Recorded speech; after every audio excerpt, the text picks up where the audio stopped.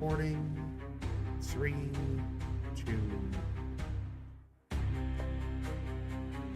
Hello, everybody. Welcome back to another episode of Evils of the World. I'm your intrepid host, Recon Zebra. And after a long wait, we are back with Saturday.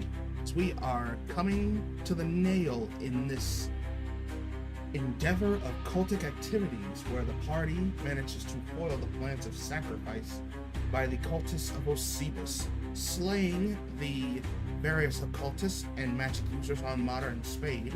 They are now left down to the wire with just the leader himself, who came back from the dead, now a little more powerful than ever. Will they be able to handle him completely? And what of the zombie that is crawling on the way? Find out. We get back in session. Now, as was stated last time, John, this was the end of your turn, that we had paused the game. So that means we go automatically to the cult leader,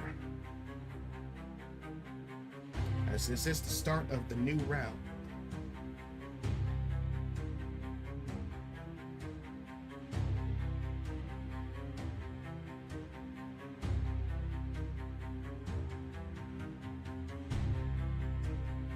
And at first, even with his numbers on mass, he is not deterred against the actions that he is facing. Seeing him by himself, he decides to play it safe and bring out some help, as he will cast Raise Dead.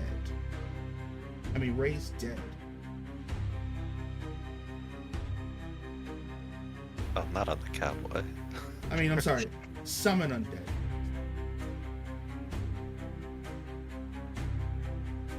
Also, are we still in the ethereal plane or not? No. No, you came back into fight.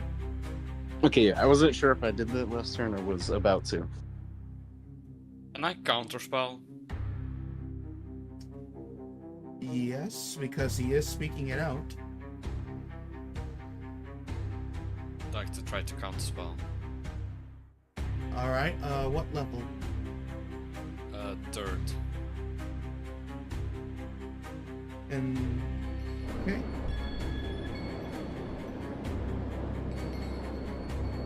Let me see. I need to make sure these new rules.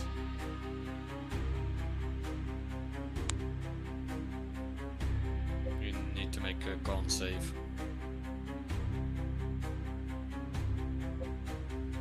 Okay, so it's not you rolling if the spell is higher. I still have to roll, don't I? Yes. Alright, fair enough. Constitution save. DC 18. If you upcast counterspell, does the DC go up? Or is there no such thing anymore? That I don't know, because I don't have higher level. I don't think it does, because now it's just like the person rolling the DC versus There's no, it doesn't say if casted at higher level, so I think it's just a third level spell. Interesting. I don't think I've seen 5.5e counterspell before. And it's right here.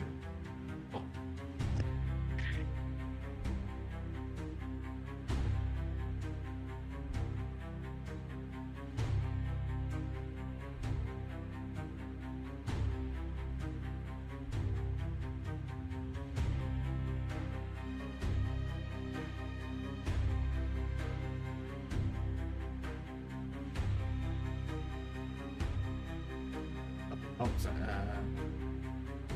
DC 18.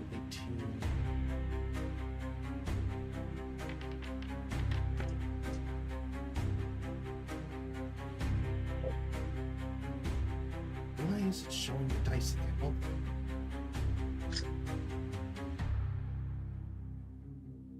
But it is a fail nonetheless. You never know. I have a plus 30. Plus 13. Needs to beat it, yeah. Yeah, sure. If that thing has a plus 13, we should all be dead by now. Well, to be fair, it's the Constitution, so maybe he's just really, really thick.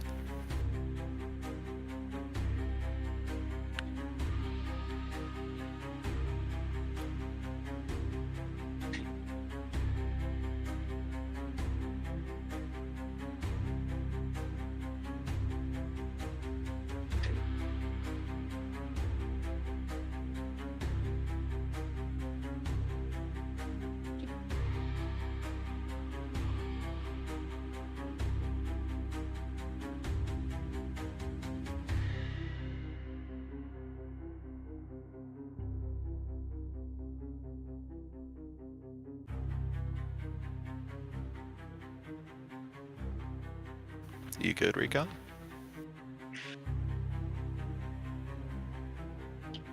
All right. My mom called me real quick, just making sure she was okay. Mhm.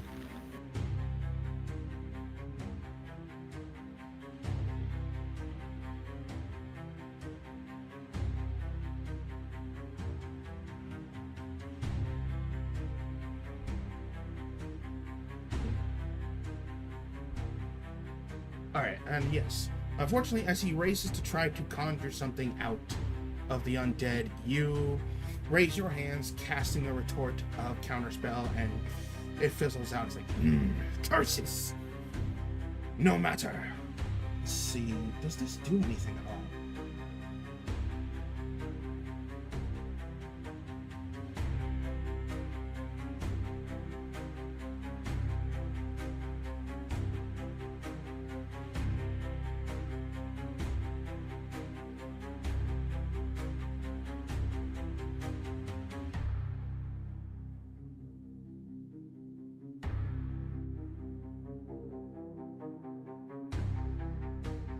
Try this, might as well.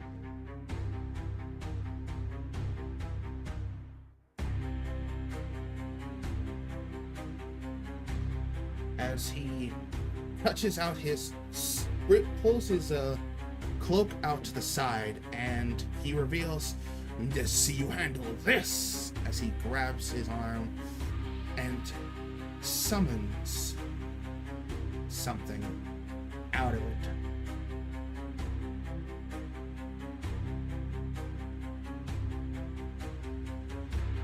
Don't be slowing me now, please.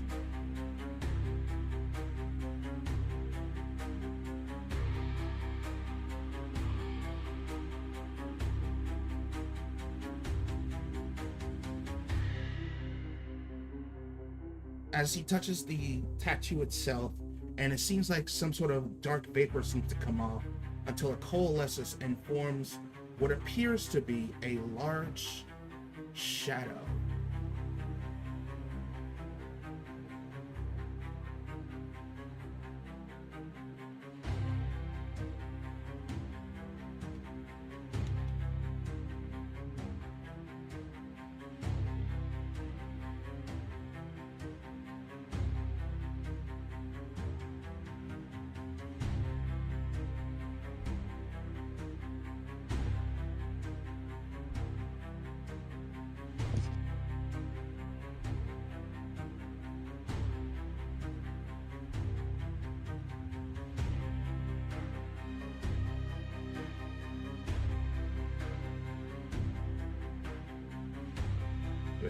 Is it thing attached to him, or is it like No, a separate... it's like it's conjuring next to him. I'm trying to pull this out. There we go.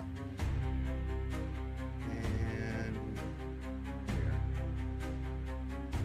Right next to him, this large draped entity that seems to be almost like a cloak just floating in space, but it gives off the aura of something beyond undead.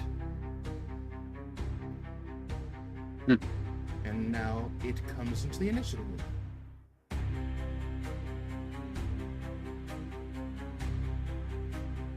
Okay, not bad. As he points at it, and as he points at you, Echo, and he says, "Kill the beast!" And he quickly shifts as he's trying to move further back up here. And yes, that Up. is, yep, that is an up. Go right ahead. Wait. Sorry, you did.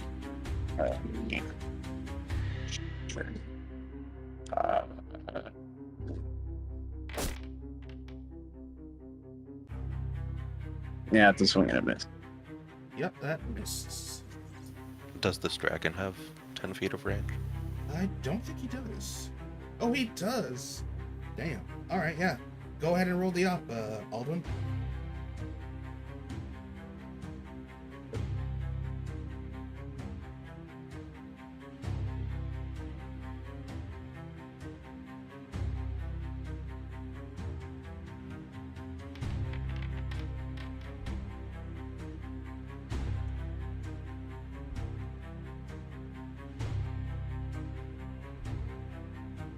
Does that hit? That does hit. Did you not decorate your dice? Because I'm just seeing my dice.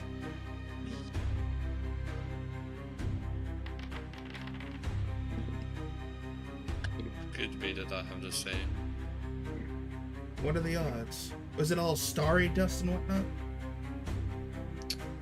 I have to check.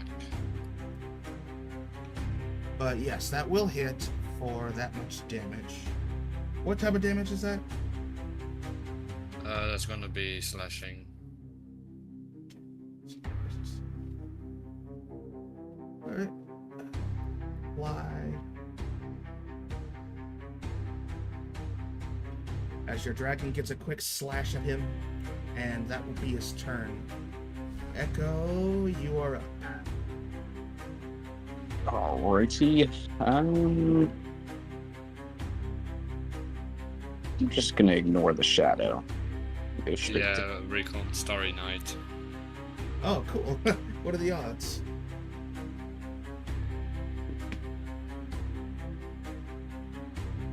yeah. We'll keep just attacking the main guy. Alright, in that case, go ahead and roll an attack. Wow. Nat 20. Wow. Oh, where's the sound effect? Or did you turn it off? No, it's still there. I hear him. And a bite.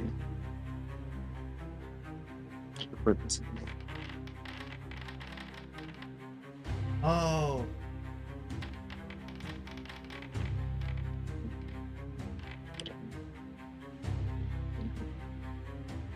What happened? I turned off for other players. Okay. Fine. Alright, that's right. Alright, and how much damage was that? That is 23 slashing and 16 poisoned. So a total of... Alright, well, you go on the beast mode as you land on the prowl and you get a good bite on him. Let's see. That was a bite action.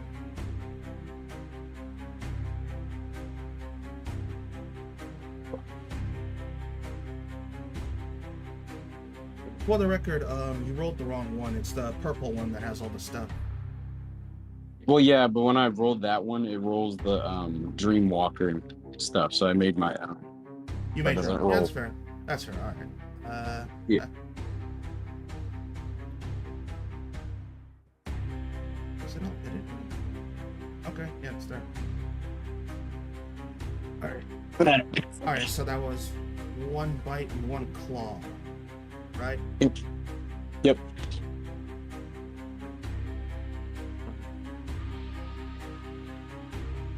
Right. My turn, or is he gonna do something? Was that it, Echo, then? Yep.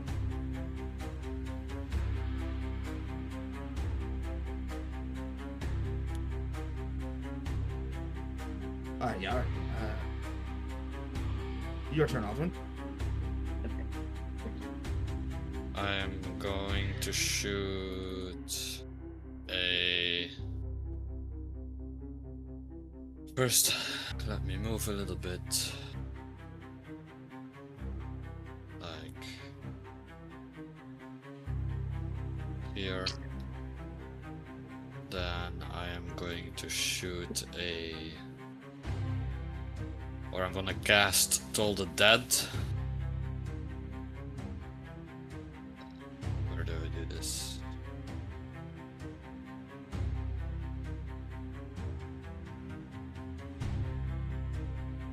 On the big guy.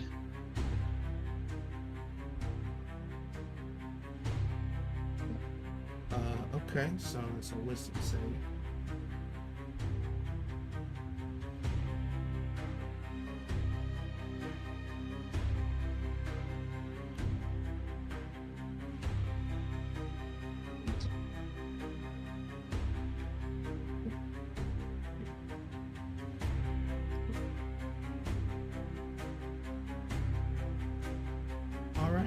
will fail. But Right. But what? But even as he fails and you're told the dead rings on him, it seems to have no effect on the shadow. The shadow? No, no, no, no. I'm attacking this guy. Oh, you said the big guy. Yeah, the big bad guy. Oh, okay, hold on. I thought he was dead. Okay, he succeeds.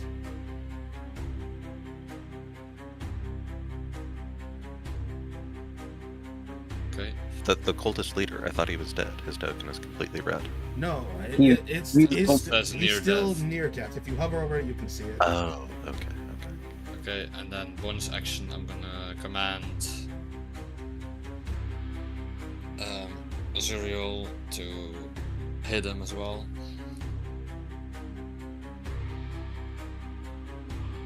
All right, and roll his hit.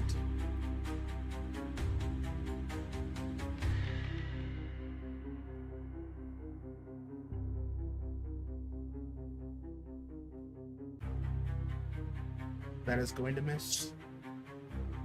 Okay, second attack. That is going to hit.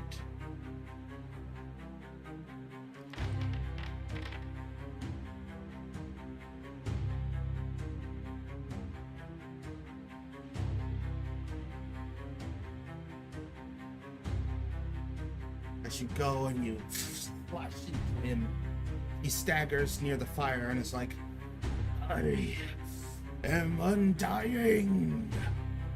Still holding on. I mean, he says, you will perish in my... And next turn. Is that it for him? Yes. Oh, yes, okay. On to the arm. Now I wonder...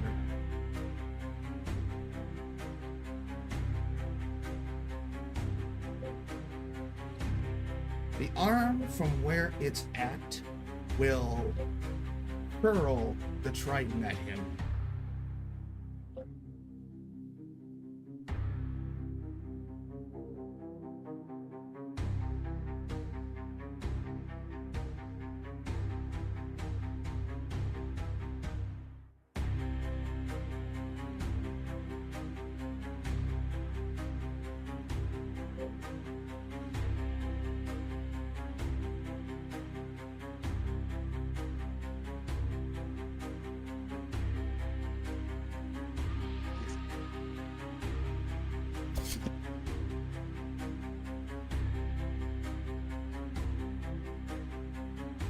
As he swings it as he's talking, it stabs right into his head and he lurches back as he lets off his last breath.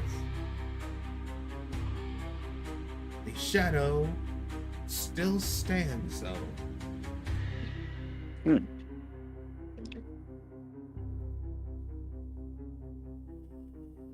As it's letting off, like, crispy noise of, like,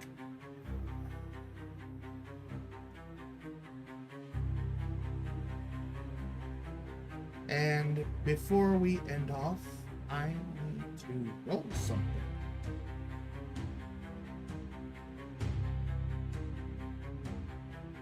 Swear to God, if this guy raises himself from the dead again. Third phase.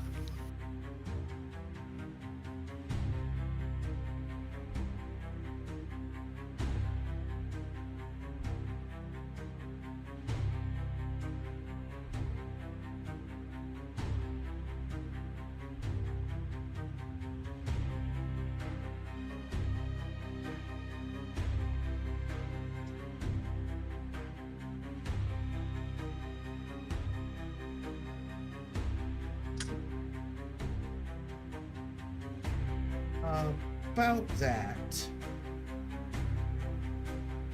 was As the Triton comes off and you all have a moment of breathing, the priest rises up again, but this time his very flesh starts to slop off his face where he was stabbed.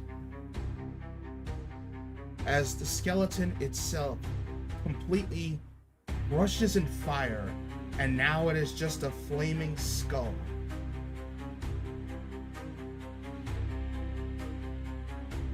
As it cackles at you.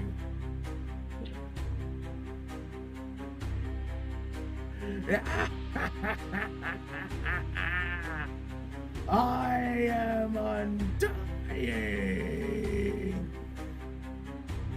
And he comes back with full HP. This time as a flaming skull. That's my bad, guys. I manifested that. Good. I like when they don't die too quickly.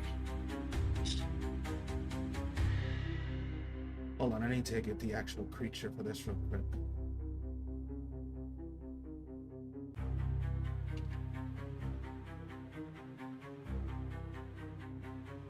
Is it just a skull, or is it his skull? Whole It's, skull? it's literally just a flaming skull. The rest of its body burnt away.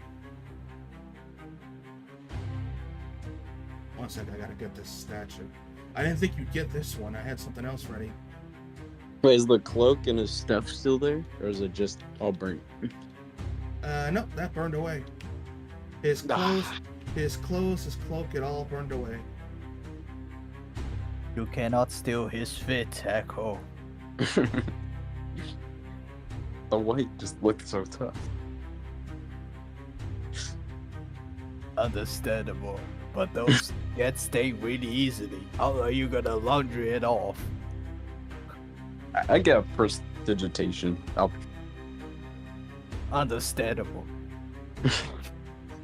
He might have some extras in the back room. We haven't checked the one on the right yet.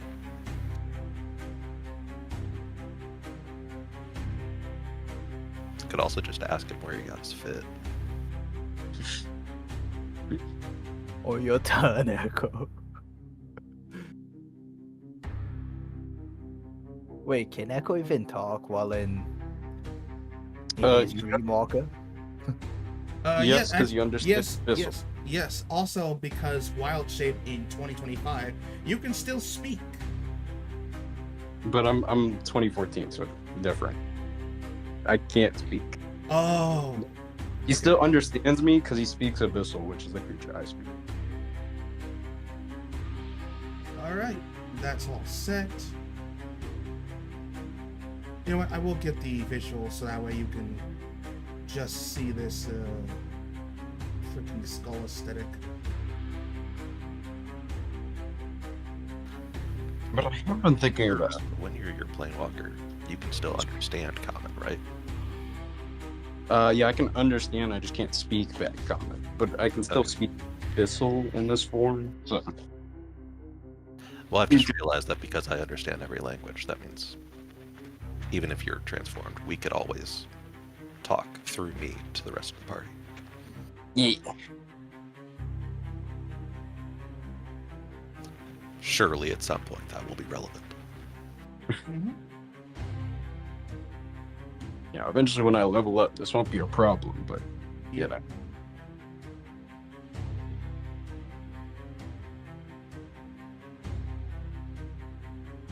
Did you know that apparently crows has their own language? Apparently. Which means Aurelian can speak bird. Really. Oh,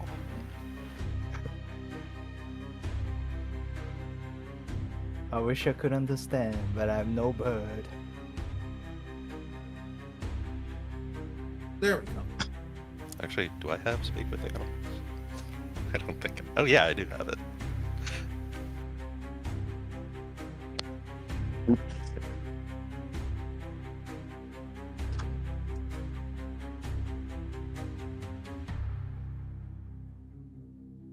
Alright, that's his turn.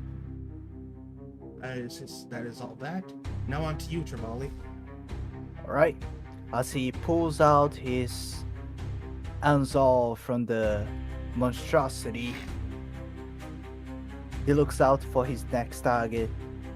Then he hears the cackle and the Oh yeah, I scream. didn't state it properly, but he's just turning into this whole symphony of like never-ending laughter at being undead, and he is also shedding a bright light and a dim light within a 15-foot radius.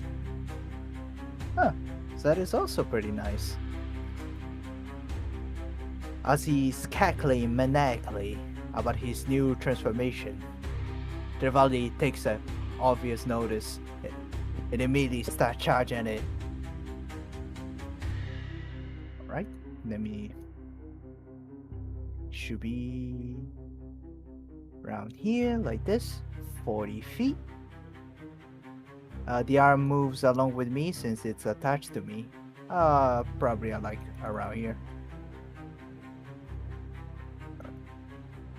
How do I ping again? Just click and hold, I think. There we go. Yep, like around here. Or here works. So, reckless attack as he swings overhead above Azrael.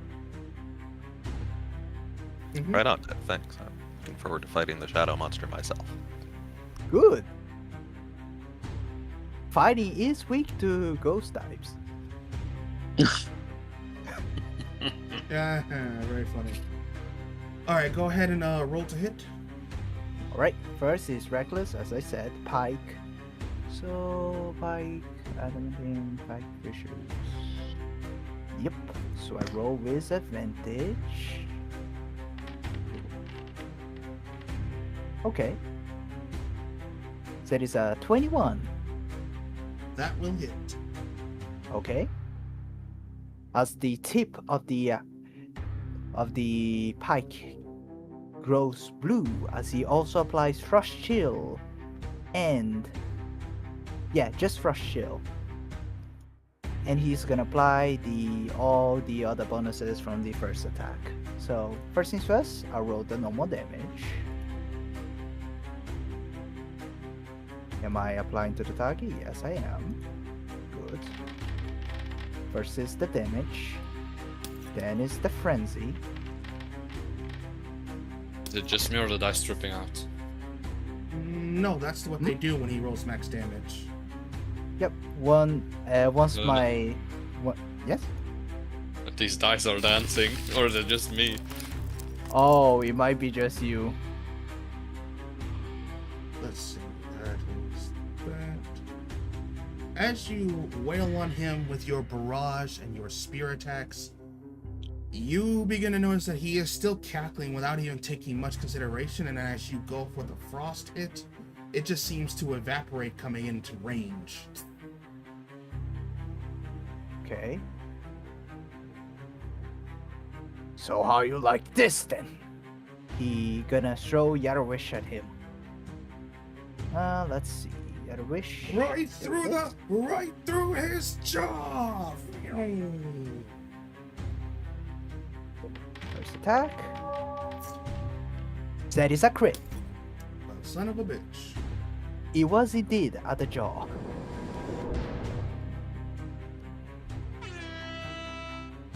Critical hits. Wait, do I still got the thingamajig? Oh yeah, I do. I gotta use my heroic inspiration to roll maximum damage. Is that how it works again? Oh, perfect crit just works like you roll maximum regular damage and then add. your there's damage. like there's one maximum regular damage, and then you just do a regular roll. So it's a regular roll plus max damage. Okay. So I roll the normal roll, and I'll add the additional dice. So that'll be 1d6 plus 1d8. Wait, you don't have inspiration? Yes, I do. I just took it off. Okay. So I'll add 1d6 and 1d8 as maximum. So that'll be 14 additional Actually, damage. So yeah, that'll you be could have rolled it plus 26. adding the max damage, so that would have been. Yep. 26. 12 plus 14, which will be the maximum 1d6 and maximum 1d8. Yeah, 20. I thought you said 36, not 26. Okay. In that 26 case, for the first row, Yep. Let me just double that for a minute. And then And I another gonna 6. Another 2. Alright, what else you got? Alright, bonus action to throw 2 additional times a Yellowish as it keeps bouncing back, pulling back, making a sick combo. Mm-hmm. Go ahead. Alright, hold up. Let me roll twice. Yellowish away. Yep, back. Advantage. 25. That will hit. Same thing. And one more time. And yep, same number again.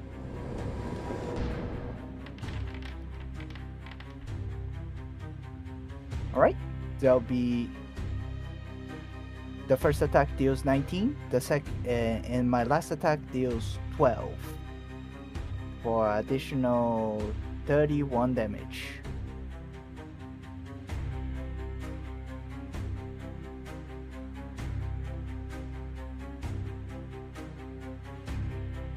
Nice. And I gonna apply the mark on him, which Alright. doesn't do anything, but it's just to keep in mind for now. Right. And Well, blah, you blah, could- blah. Well, you get a good barrage as it first goes through his jaw, then his eye sockets. But even as it's like filtering through perfectly, because it's just a flaming skull, it's not doing much to him. And he's like, ah, get out of my face, get out of my skull. And I it's see kind of- your skull cracking. If I do it enough times, you will break. Stab through the soul, as the Yarrowish yells. He's like, silence! You will not have it! I am eternal! And you put that on as you mark him. What does that do again? I'm reading it. It does nothing. It just activates a bunch of my stuff. If it Alright then. happens, Alright then. And that it for you. it is. As that's coming to an end, you hear the skull yell, kill them! The shadow gets to work.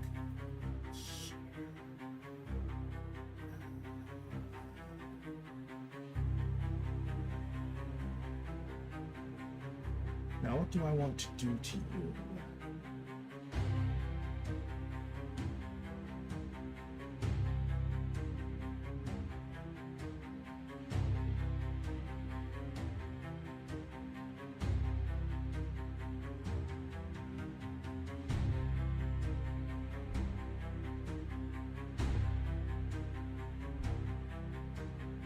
Well, first it's going to take out the big guy because he was told to do that, and he's coming for you, Ether. As he just lomps onto you and starts biting you. As you feel the Hold up. cloak envelop you, almost in like a void of darkness, as you feel whispers and now teeth upon your flesh. Before that happens, since he's entering my reach, I'm gonna use reactive strike on that. Alright, go ahead. It's an opportunity, so could you move the ghost a little bit to the side so I can target him? There you go. Thank you. It's just temporary. And it is normal. Yep. Advantage. Okay, so that's nice. 27. Mm-hmm. And I'm gonna apply my strike of the giants on him as well. So let me roll the damage.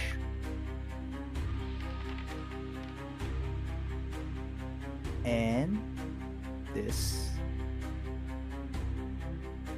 which deals, where is it? 17 plus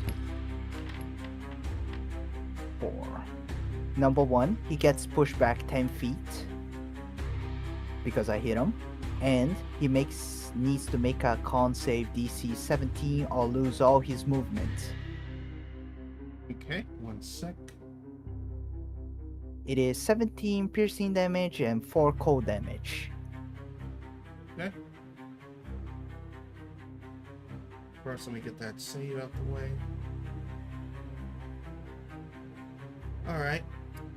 The good news is, you jab your cloak right as it's starting to clump all over Ether, getting the cusp where it looks like the head, and it actually knocks him back. Can the dragon take an opportunity attack?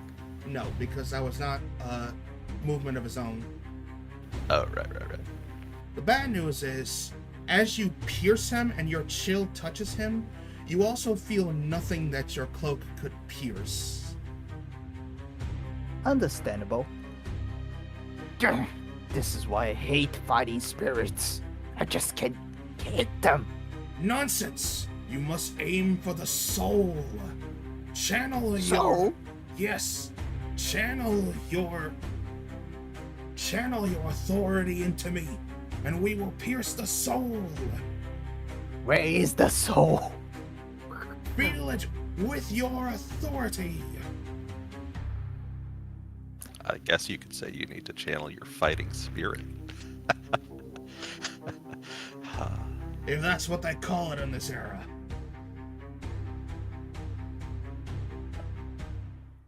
I really need a map for this. I really don't know where the hell is. My authority. We'll discuss this. We'll worry about it later. For now, the skull.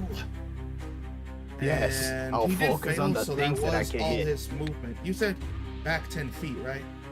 Yes, I push him 10 feet back, and your his reach is movement 10 is feet, reduced right? to 0. My reach is 10. So, Yeah, so right He when he would've was on reached, top yep. of Echo, he would have been pushed back 10 feet, which leads him to...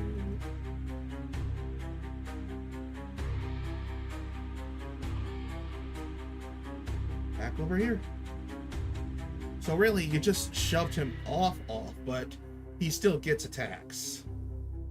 indeed. At least he won't get hugged. That is a plus. Oh, at least he won't get the Yeah, ethereal cloak. Yeah, you saved him from one thing, but he's still getting that claw. Sorry, what? So the good news is, what I was gonna do is not gonna happen because he can't grapple you now. The bad news is, he's still gonna bite you.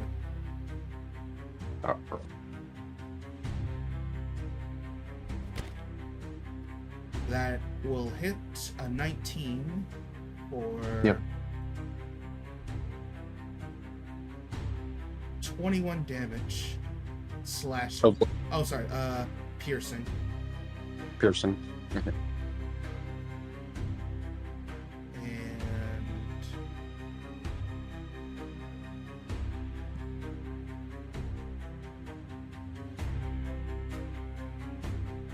ooh, so I can still do that at least. So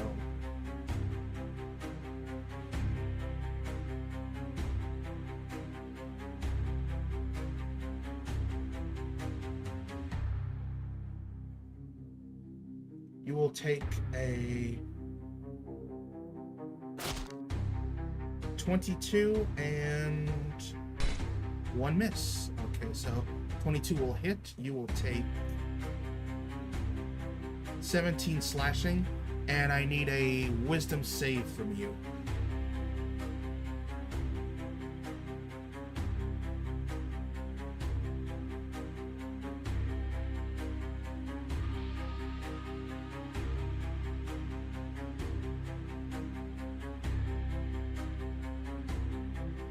Echo?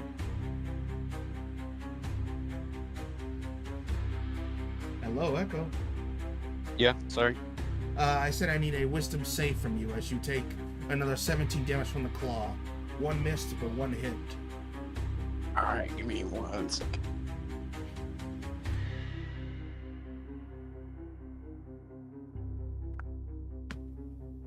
I don't.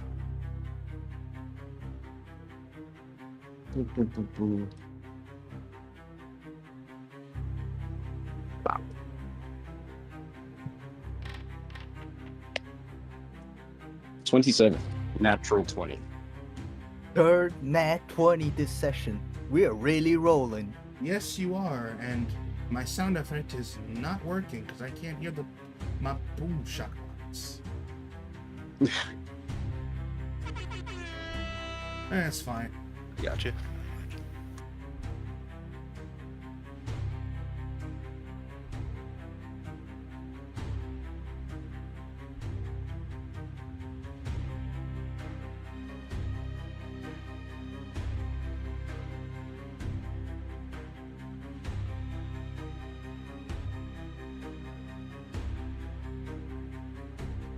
Oh, that's why. Oh, you know what would be perfect? That was the third nat 20 of the session, so we should have had. Oh, baby, a triple. Oh, yeah. You know what? At some point, we will work that out.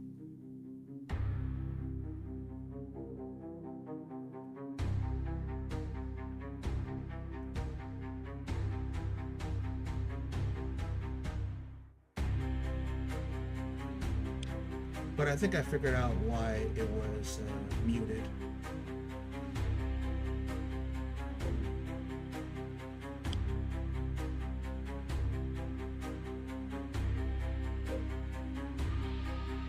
There we go. Anyway, yes, you, with fortification like no other, managed to hold off from getting afraid as you turn and face this absolutely fearless. Why are you phased out again? I don't know. That's alright. I don't know.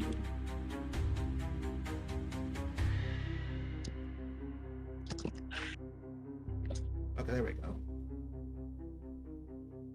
It's weird. Oh, now you're gone again. Did you press ethereal?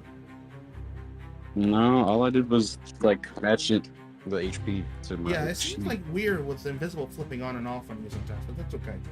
Alright, that was its turn. And let's see.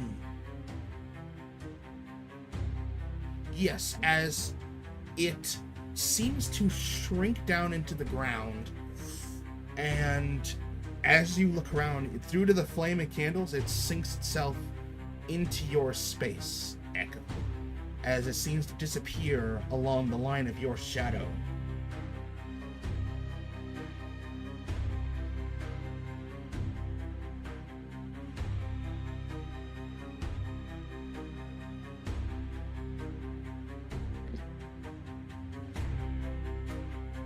So it's like it hides in Echo's shadow. No, because it doesn't just go in there, and then it reappears. No, you're too far. Who's a good shot?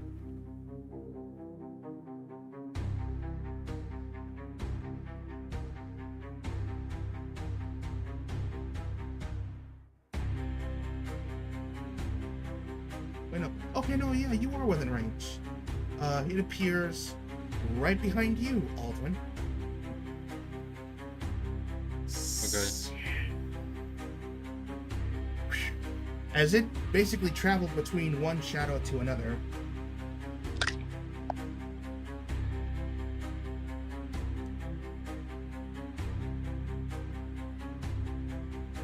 And that is its turn. Old zombie coming up carefully up to the door and just kind of brushes past you. Starts trying to like reach for the doorknob. I'm gonna roll a dex check to see if he still has that motor function. I figured it out. Ooh, that's a nat 20. I hope Gyarados doesn't kill him. As he just opens up the door with that mannerism, practically shoving it out the way, you hear a scream, "Ah! Monster!" And it looks like Gyarados is about to pounce on him, and then it goes, "No, don't!" She shoves past him and stands in front of the door. And there's this moment where, staring at her, the zombie does not move. And she goes to try to embrace her father. And he does not move. But you see, with that nat 20 he rolled, he raises his hand and just puts it on her head.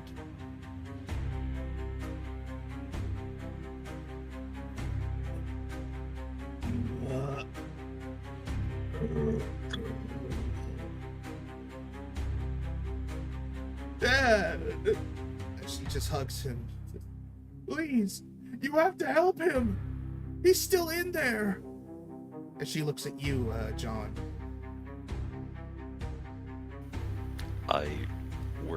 We have plans for that, but we are also a little bit busy at the moment. Come on in, Dad. And she just grabs him and pulls him in finally. Closes the door back up. We hear the dragon yell, and it's like, now I have this dead in here. This is bullshit of my internment.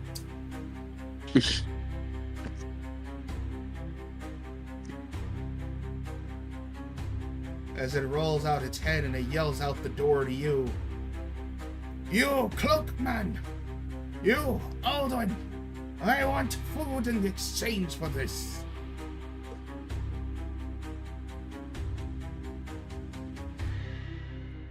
Alduin.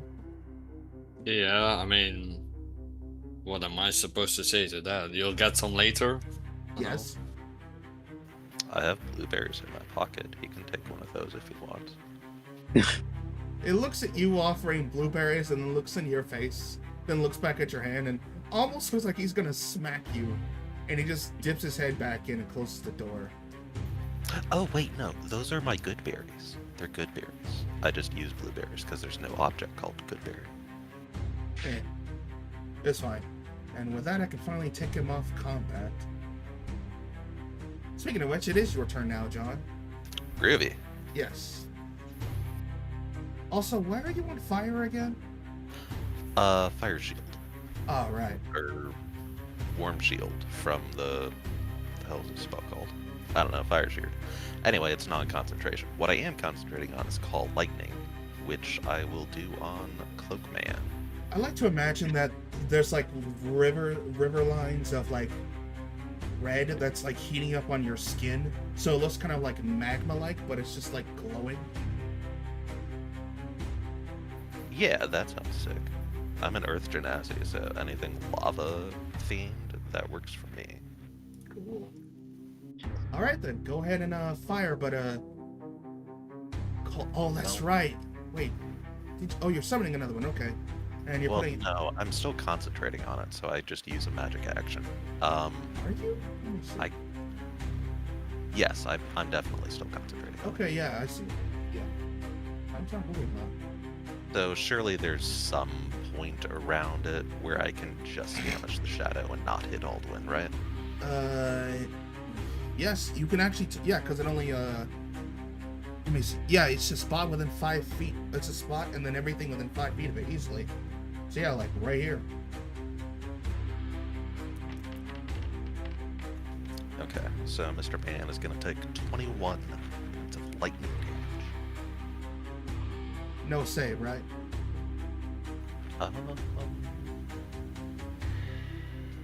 Yeah, no save. Dex save to take half. And that'll be against my spell save DC, which is a number 16. 16. He fails, so that's a full 21. Right on. And I think I am almost certain that I had wild shaped into archer form, so I will take my archer form attack. Yes, you do. Oh no, it's a magic. 15. Within 60 feet of yourself. Yep, he's within range. Go ahead and roll the damage. No, wait, actually, wait, did that miss? Does a 15 hit? Yes, it does. Right on. Beats it, beats it. Bang. 9 points of radiant damage.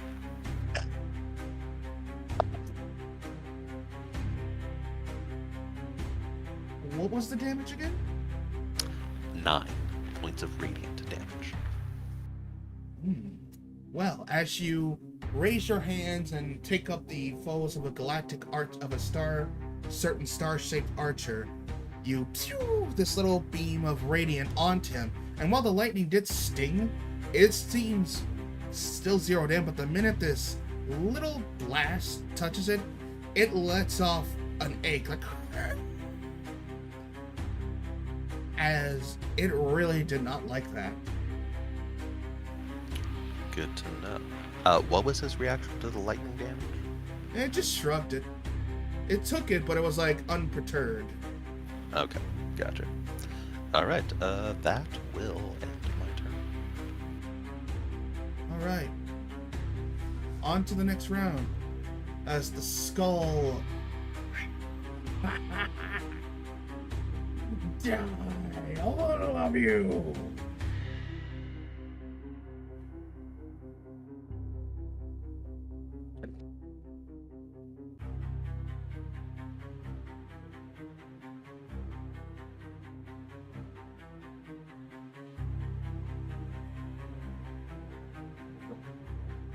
Let's see, which one do I want to do?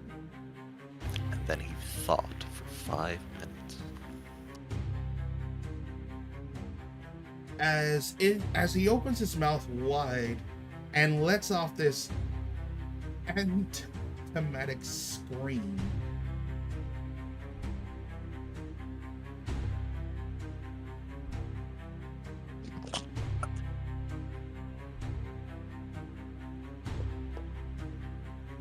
And with his unholy scream, as it seems to resonate, my map. Trying to angle this without. Okay, there we go.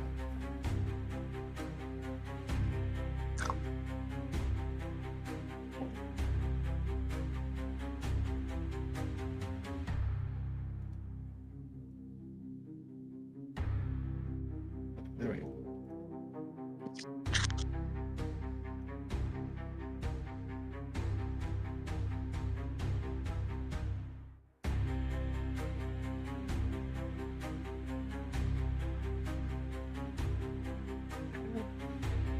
As he lets off a wail of negative energy that shoots out of his mouth and explodes further back away from him.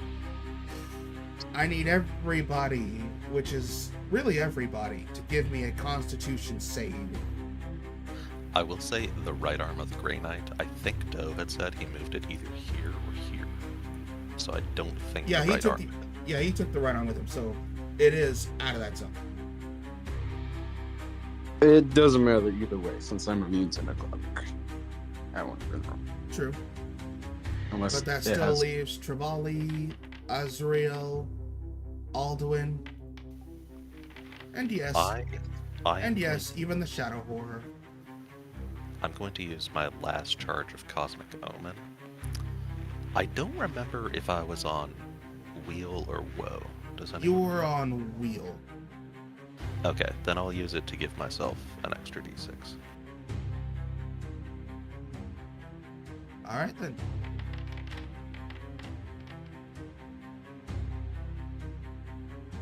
Well, 20 plus a d6, so I think I'll probably pass anyway. Yep. And then Constitution save.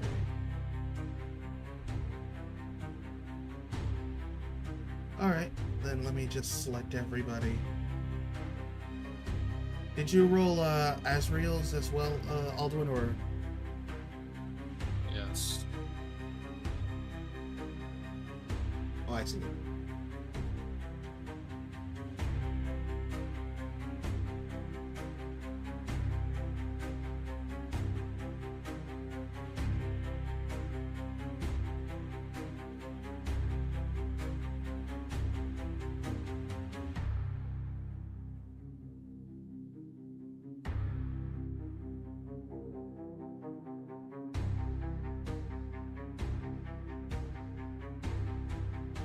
Whew. So let's see, who made the save again? You made it, Aurelion, Trevali made it. Okay, so really only Aldwin and the Shadow thing did not make it, ironically, both together. And no matter what you roll, Echo, and Ezreal. So no matter what you roll, Echo, you're not going to get hurt by it. So he takes full, you take half, you take full, you take half, you take full. So that's 3 fulls and 2 halves of necrotic damage.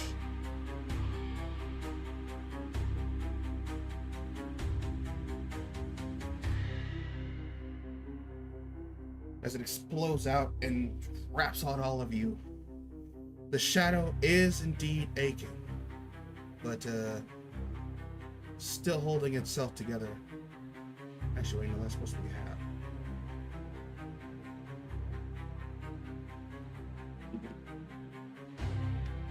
There we go. That's better. Alright. Let's get a bonus.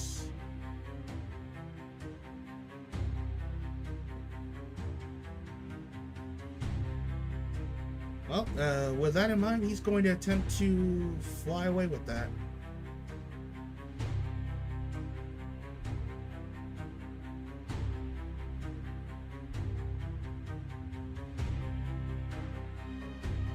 As he goes over here and then goes 20 feet in the air. Ah, but that's where you stop, because remember that marks that I mentioned before? One of the things that allow me to do is Whip Retribution. That allows me to use an opportunity attack without using my reaction if they have the mark, which they do. Okay, then go ahead and roll the hit. Okie dokie. I still possess the Reckless, so it is advantage. That is too. Advantage. That is That's a 18. miss. That's a shame. Where are you going? He screams, come back and fight. Ha! You have taken. I have enough all I need. My ascension is true. I will return for you another day. But now, I must away. As it just laughs at you. Anybody else for ops? He's running away while giving a direct villain No, because speech. you both used your ops, so the only one left is the arm. Yeah. He goes for a stab then.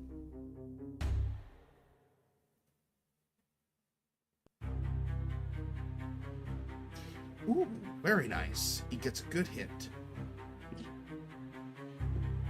As he will deal not only this. No, if I remember, this is supposed to be piercing, right? Yeah, okay.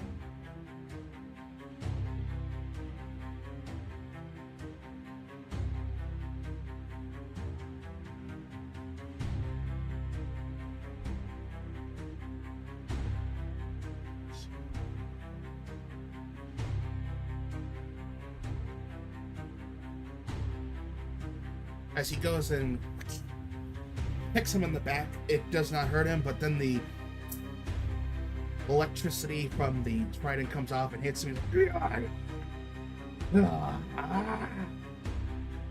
Fools! You cannot stop me! I am dying! And he's still fleeing like that, and that's his turn.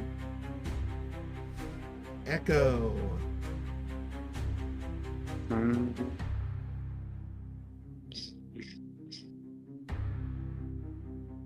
Yeah, I can keep that. Well, he's 20 feet in the air, isn't he? Yes. You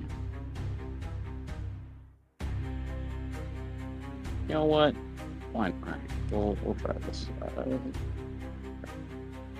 I'm gonna shimmy my way over. get right up close and personal and cast sleep at 4th level.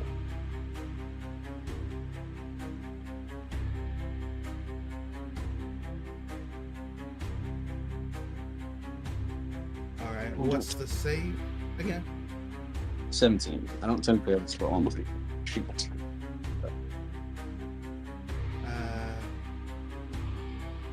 I'll have to polish this out at some point, but Yeah. I'll have it here. here I got you.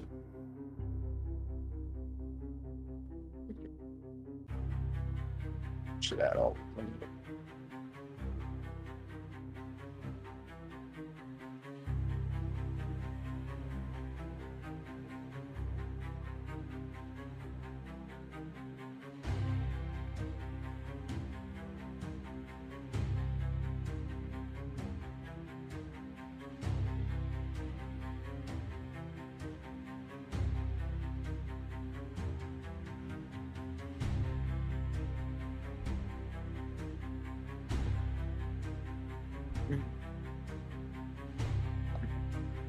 Go.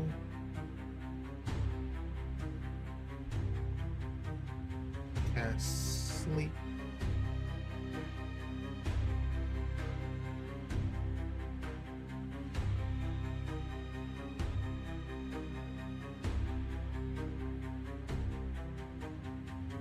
Bang.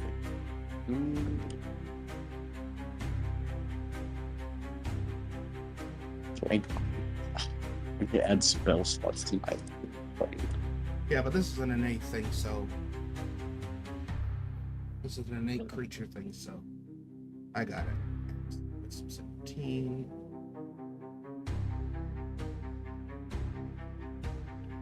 And unfortunately, he makes it. Alright, then I'm casting Silvery Bobs, reroll. Alright, then do.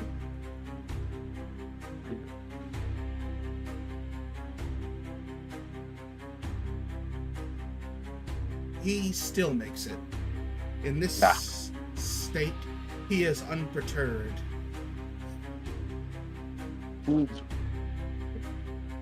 can you do? It was a good try. I guess I'll free action, turn invisible with camouflage, and end my turn.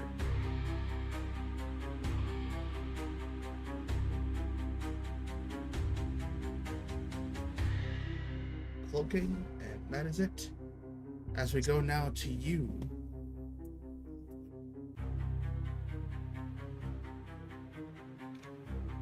This ethereal creature's behind you. The skull is laughing and trying to get away. What do you do? When I clocked that Alduin took full damage from that circle of death or whatever it was, I will shout to Alduin. Alduin, I've got heals for you next turn if you want them, buddy. Okay. Let me use...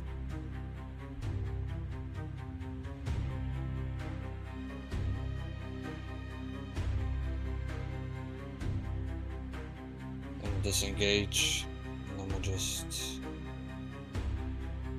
Gee, dirt. Why is this dirt?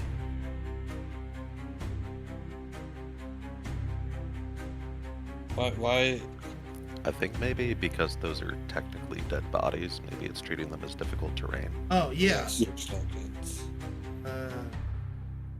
Yeah, that just counts 25. difficult terrain because there's like corpses in the way. Alright then. Can you scoot around to the right, maybe? Well, actually, to be fair, they were eating some of them, so let me just, here. There you go. I can do this. And then...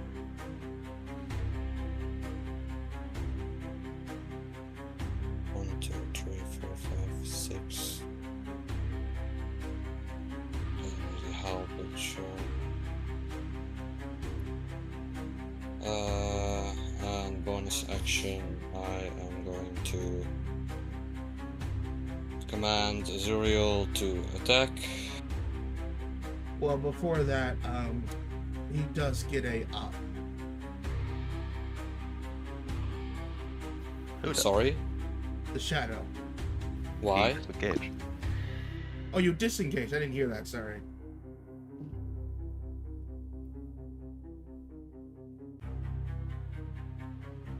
All Can right, I then, still hit the skull?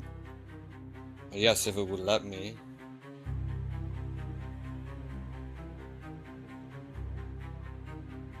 Wrong way, bud. Yeah, I don't have to turn it. Yeah.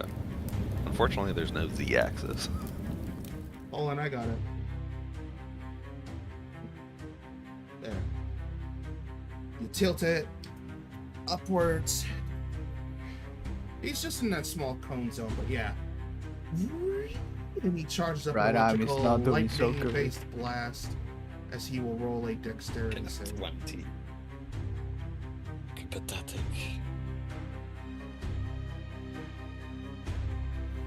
What damage type is that? Lightning.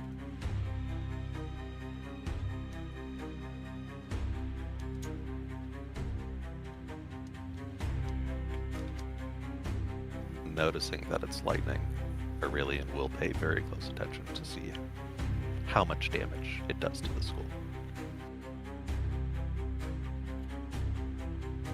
Alright. It's not half advantage, because this is a Dragon's Breath ability. And he fails as he will get fully blasted.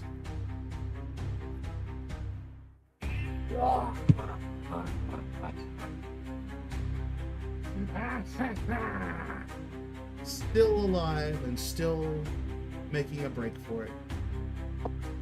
He takes the full damage, but is still making his getaway. Is he still cackling? Yes. It's a little more hoarse now, but he's still reveling in his supposed victory. He's laughing like a third-rate villain making his escape. Yep. That all for you, Alduin? Yes. Well, the hand goes for the victory again as he gets close. He gets close. He gets close. On the I thought he was attached to Travali. He can unattach himself if he wants. Oh, okay. Can he fly? No, but he can throw. As he throws the Triton.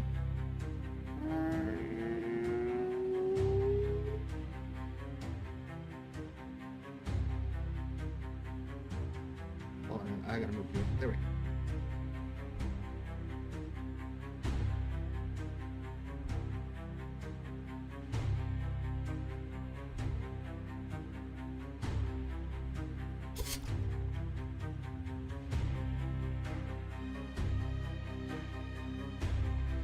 And that is going to miss.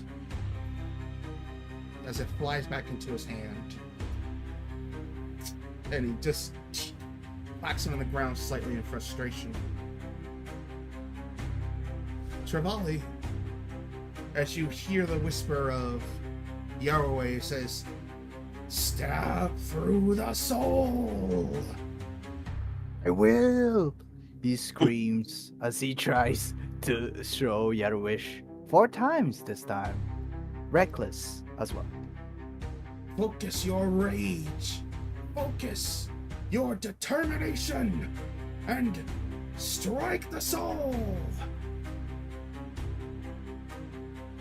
Let's do this. First attack. Someday you'll have Before to explain that, why you have the full attacks at before level we 7. do that, would you like to do a little mechanic, Travali? Hold on. The sound effects were too loud. What did you say it again? Before that, would you like to do a little mechanic, Travali? Sure. Go ahead. I need you to roll me a strength and constitution check. Check. Okay. Hold on. Check. There a way to do that. Okay, there it is. and add your proficiency to both. So, Add proficiency to both. Okay. Uh. Hmm. since it's in your Try to nature see. as a barbarian Ah, to be there it proficient is. to strength and constitution. Okay, ability check strength. Do I get to roll with advantage since I'm raging? No. Oh yeah, I do get that. Well, Okay. no. This is something innate to just that. Really? Does spy rage give me advantage on all strength Oh. checks? Okay, fair enough. Only the constitution is normal though. There we go. So that's 18. It's 27. Okay, that actually beats it. As you hear his talking to you and you feel the energy, you grip hard on your Yarwish, focusing your anger into it as you've heard this phrase before in your mind from back when you were younger. Focus your rage. Strike with determination. And you subconsciously seem to strike much harder than you usually do. Since you have met the DC of this, you may increase the dice damage of your attack by 1 to the next level. So I can't plus. To the next level, I mean. So, for example, whatever Yarwish dice damage strike is, it goes up to the next one. Oh, increases the dice, but oh, I see. So if it's, for example, let me see Yarwish as an example. My Yarwish is a 1d6 as a base. It's a wait. If I have multiple dices, do they all get increased? Nope, just the weapon as you are imbuing Oh. it. Okay, the main weapon itself. Okay, Yes. so you'll go to D8 to a D8, 1d6 to a 1d8. Is that what you mean? Yes. Oh, nice. And you may add your strength or constitution check to the damage. In other words, the modifier, strength or constitution modifier to the damage. Whichever one you want to Again? put. Just the modifier. Either or, not both. No. When I roll for attacks, it's automatically add the strength. Yes, So what then you're saying yes. is that I Then add again? Yes, you can add another. Dear God, that's awesome. Every single attack? Nope, just this one. Oh, That's understandable. why I asked if you wanted to try it. And it seems Okay, like fair it's enough. working exactly the way I'm intending. All right. Come on, this is plot reason.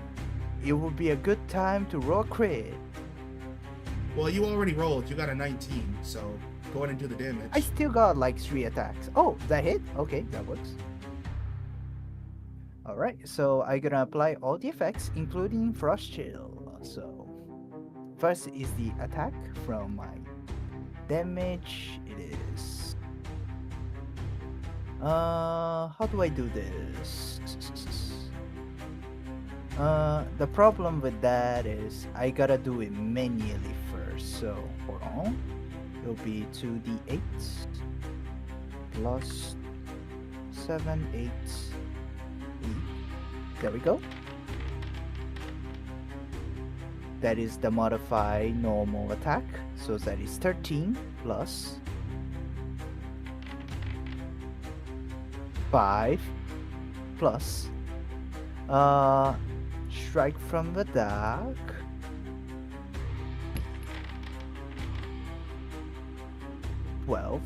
And the frost chill.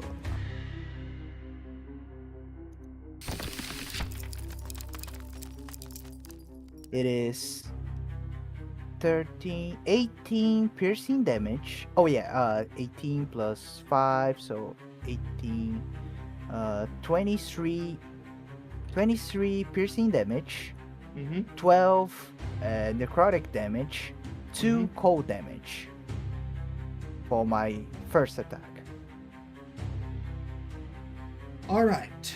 Now, listen I don't to. mean Let you. me explain what just happens. As you focus into volley, you feel something leaving through your hands into Yarrowish, and as you throw it, it lets off a sonic boom noise. And as it sails through the air, it seems to coalesce a strange sort of force and energy as you see a hue of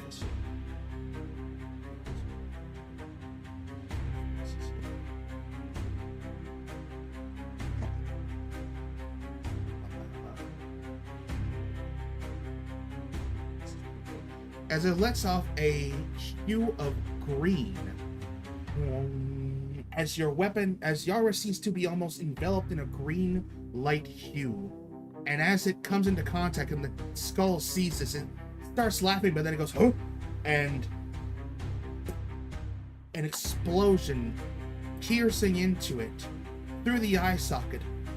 But it doesn't just seem to pierce, it seems to almost repel, slamming into the skull and pushing it and almost seeming to knock it down as an explosion of green tint comes off the Yarrowish and the damage. It takes everything you have thrown at it, including the cold, which before seemed to have melted, but seems to do a slight touch to it. The necrotic also seems to have full effect in comparison. And finally, the force of the spear, it's like a little like a little pop explosion went off on that hit, and the skull collapses in that explosion and falls down to the ground. As Yarrowish also seems to plummet down, sticks perfectly its head in the ground,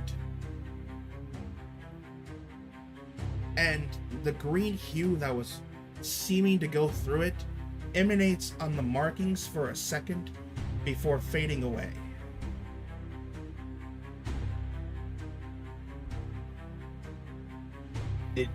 Is the skull still cackling? It is not cackling. Not so undying now, are you? Oh, he's back! Wait, I'm gonna hold hit on. it again. The fight that never ends. No, I was just trying to look at something real quick, but no, the skull does collapse, and as it seems to pass away like that, you hear a whisper as his soul face like,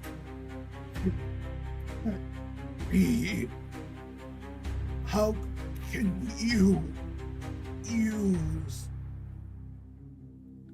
And the light and its fire fades away as Yarrowish sticks to the ground. The skull has gone silent, collapsed to the ground. The shadow, it lets off this rasp.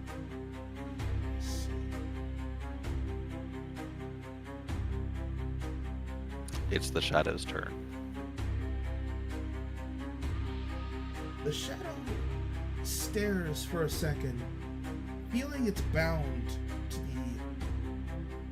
Osiris tattoo fade. No longer in servitude, it looks to you, looks to them, and seemingly shirks back, fading away into the dark, and disappearing.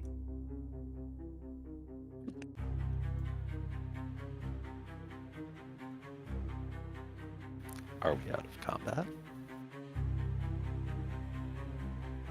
You all breathe for 1 second as you pause thinking it's doing something. And after a solid few minutes of standing still, nothing else has happened. We are out and done.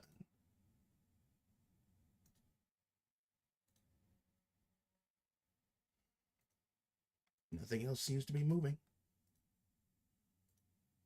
I'm in a unwild shape. I'm gonna third level healing word. I'm recall my air wish and ponder what I just did. As you grab onto him, he says, "Yes, I knew I sensed it in you.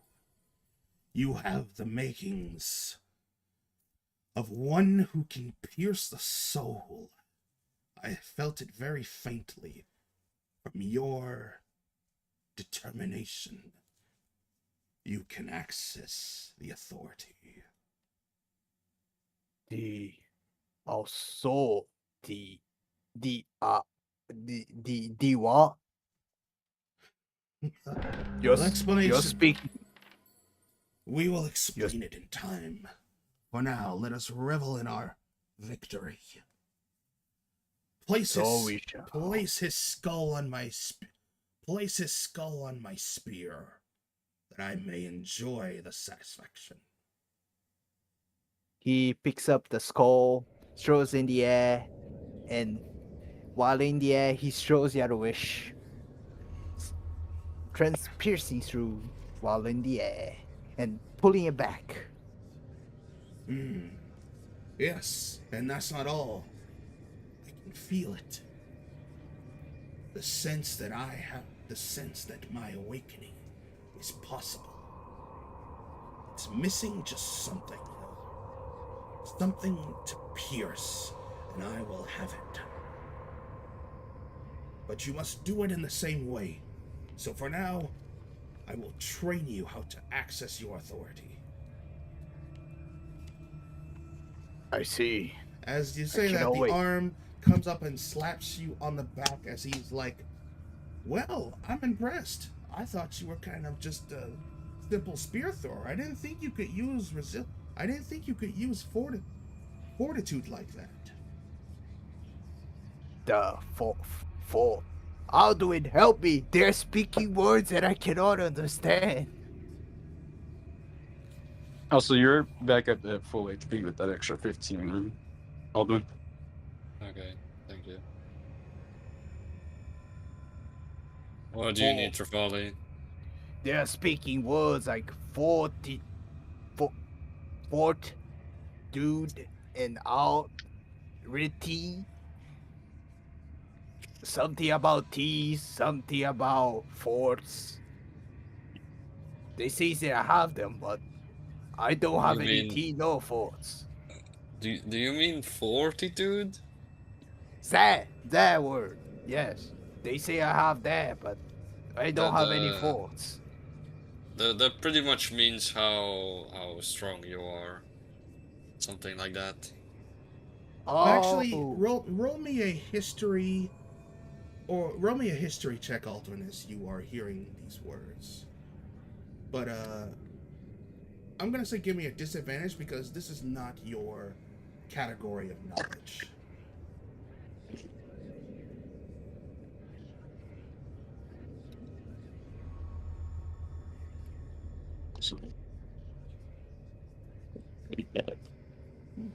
Could be worse. You definitely have heard through probably those in the practice of martial, especially now recently with you picking up. You've heard of fortitude before. It's supposedly an old coded talk for a type of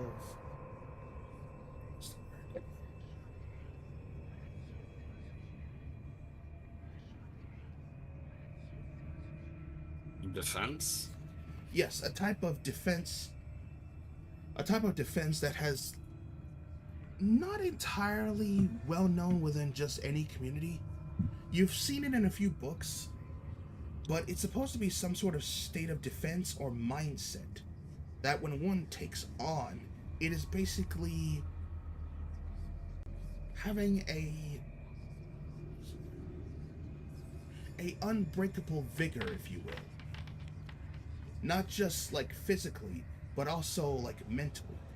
It's a way to concentrate your body and mind and keep yourself from being unbending or unyielding. You're not entirely sure what else it is about it, but from what you have heard, it might have something to do with old type of martial techniques.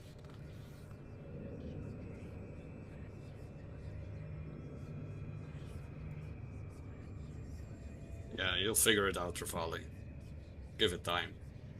Indeed. If it, As the hand comes over, he says, "Indeed, we will make sure that it awakens yet." I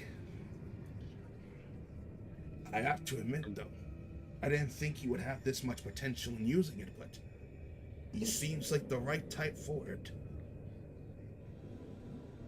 if somebody as smart as Aldwin says that I can do it, then I probably can. What was the other thing you said? It was RT. And as you're all saying that, he says, "Forget about that right now, my dad." As she kind of just half drags him out. Best. Oh yeah, he kinda look like a zombie. Do you wanna? He pulls out his bike, making it quick and painless. No! You said you could save him! Or rather, she points to John Aurelian. You can? Sorry, my eyes have been locked on this door because I seem to recall one of the cultists running through there. That's where they brought this thing out. But didn't one of the cultists run away into that room? No, he did, but he got brought back out and killed. Oh, okay. Well, yeah, like I can cast Revivify. If somebody has the diamond for me. Can I determine the nature of his death/revival? Like, would a simple revival spell would work? That will require an Arcana check from anybody with spell casting proficiency. I look towards Alden. Arcana, huh? Revali looks Alduin. Should I just finish it off? Maybe, what if I use my advanced medical knowledge to assess his injuries? Aurelian, you can tell just looking at him, he is a zombie now.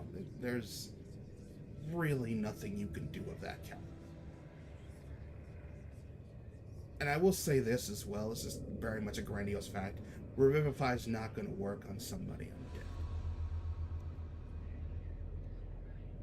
What if we murdered? Do I know this girl's name? You do not.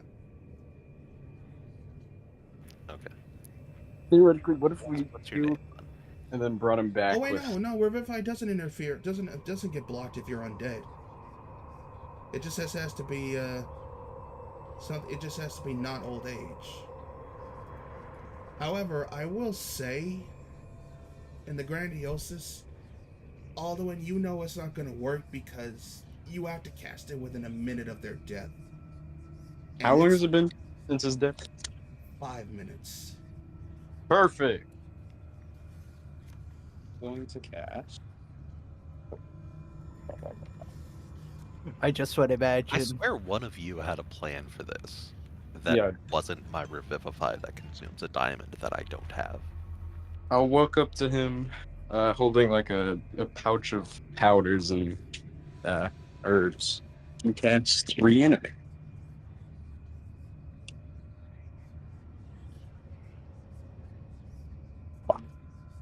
When did you get this? Let me see. I've been had this. I used it on Alduin before. Or one of our party members.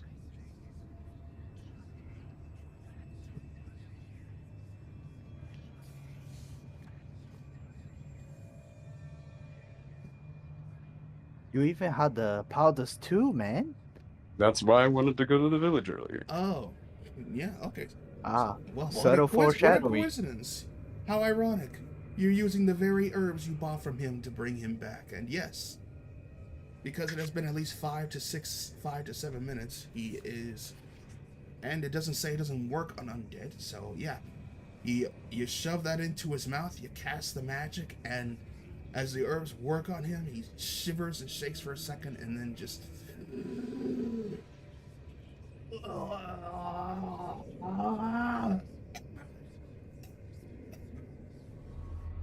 Oh, what the hell? Did you just shove the damn weeds I got for you in my mouth? It sounds painful first, but I can admit that although Echo's way of healing is different, it certainly has effects. You showed the big scar in his chest, in his belly. Oh, God. That was horrible. I felt my soul being stuck in this thing. And the daughter hugs him, and then she goes, "Thank you," and she goes to hug you, Echo. I should mention, you should probably get some rest afterwards. This However, as soon as she touches your skin, she kind of peeks back and says, I'm sorry,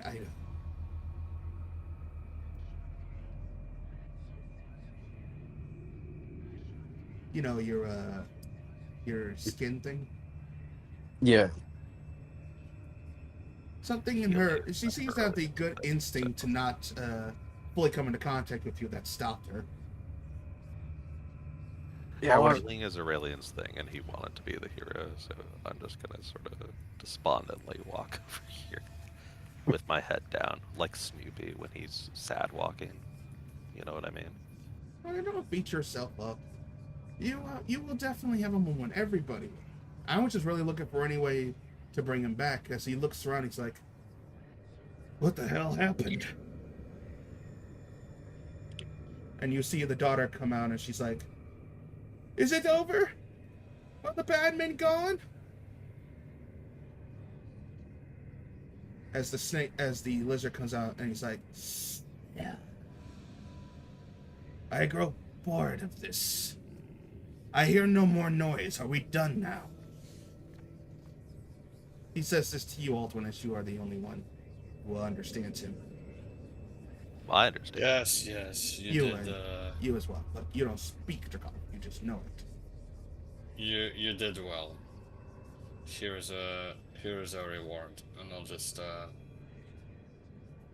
I'll throw a piece of meat at him.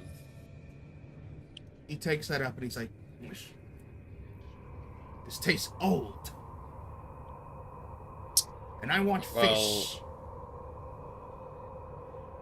I can get you some fish on a later day, and I'll put them back in the bowl.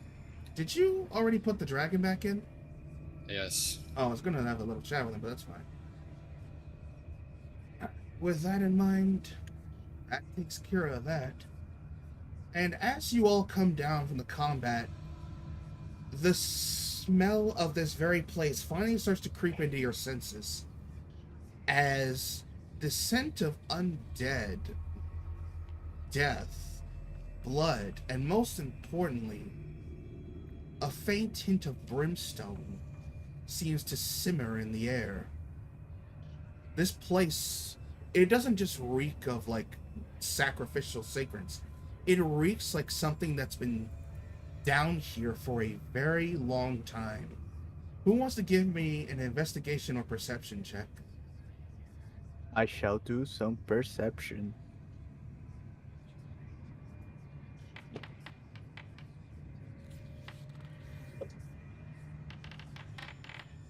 Oh my god, is that a nat 20?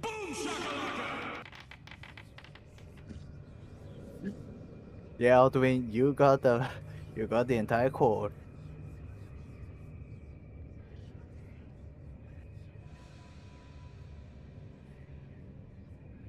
Aurelian, you walking over here and you opening the door, you notice the cultist's body. In his hand, there appears to be a book.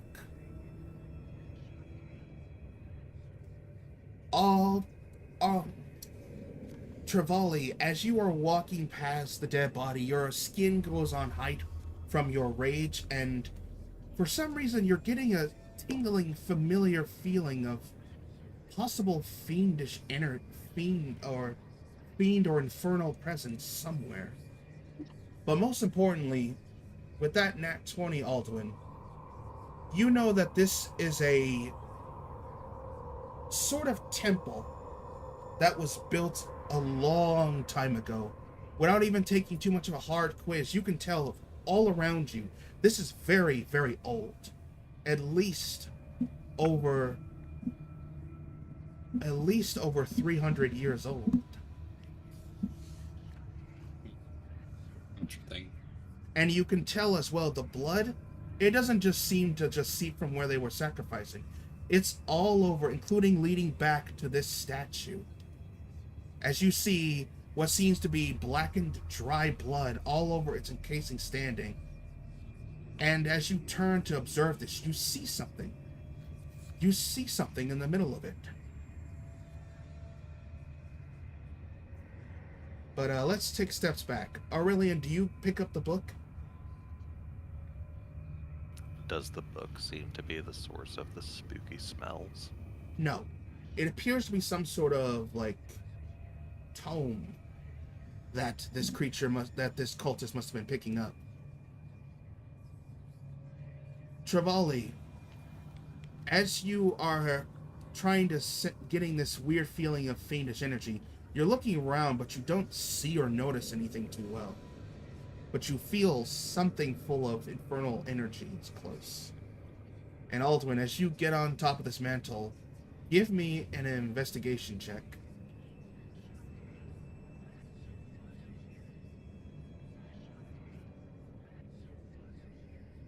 I'll just roll another nat 20. If you do, I will laugh. It's a dirty 20. Dirty 20. That's still well over. You come over and you see underneath, in the grooves of this dried blood, is inscription. And it appears to be written in a language you can't understand.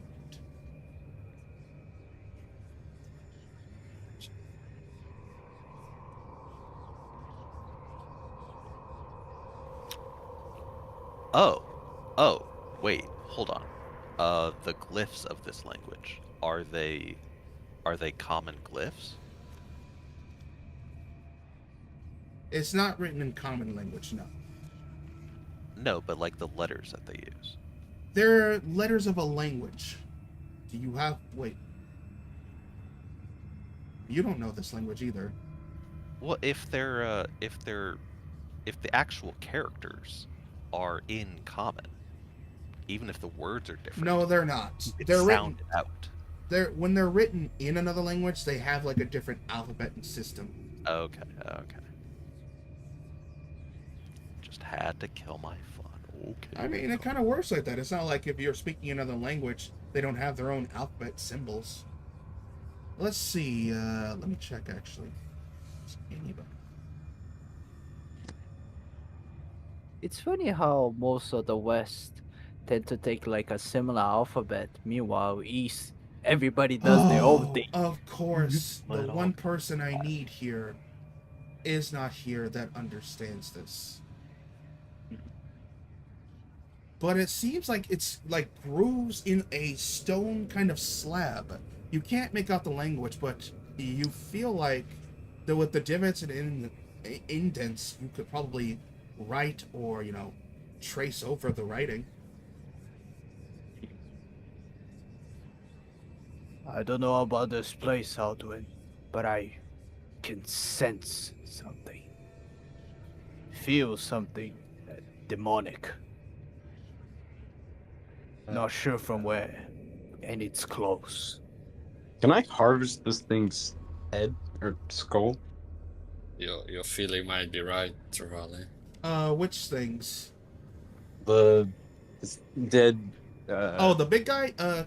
You go to cut him open, and as you do, out comes maggots, completely withered bones, and just what seems to be kind of like disgusting stuffing as he just starts falling apart. It appears to be a taxidermied, half Frankenstein.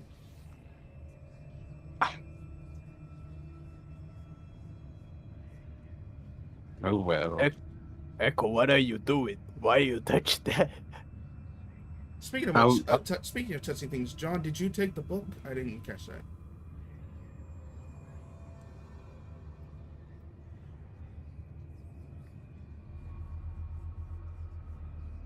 Aurelian? Oh, he walked He's away. back. Okay. What's up? I was gonna say, do you open the book or do you bring it over to the others? Do I... I know that I made a perception check, but now that I've observed that the book exists, do I have any insight as to whether touching it would be dangerous? Give me an Arcana check.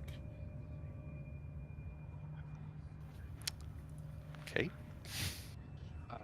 For Aurelia, I know exactly what he wanted to do.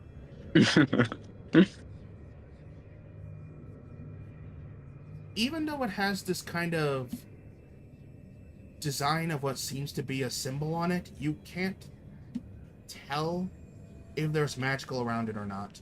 But it seems like this book was like being brought of importance. I will leave it where it is and say, hey guys, there's a book on the floor. Or, well, it's in this guy's clutches, right? Yes. If you found something, why don't bring it to us? As Trevally slowly walks towards it. I don't know, man. I'll I harvest. was raised to believe that you shouldn't just go around touching things that don't belong to you.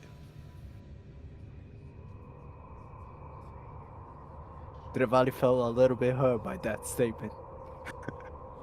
Trevally, as you are also like moving around close to the statue, you feel the infernal presence are slightly stronger. Give me a perception check. Okie dokie. Perception. There it is. That is good. 19? Yeah, I will say that. As you look around, turning up the statue, you see something red right in the center of it.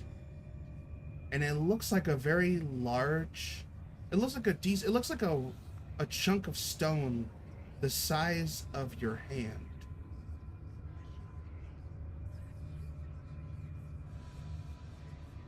In its palm. Right up here. Sorry, where is that? Oh, okay. Hold on, Aldwin. I see something over here.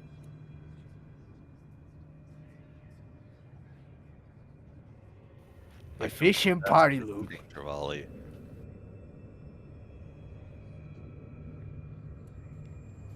I open it.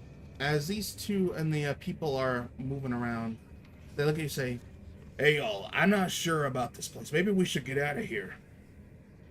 Sounds good. But you know, I tend to hear from shaman that whenever you find something, you might as well take something. Speaking of which, how many of the It pitches the bridge of his nose. God damn. bodies were intact, or at least their skulls? Of, like all the dead cultists.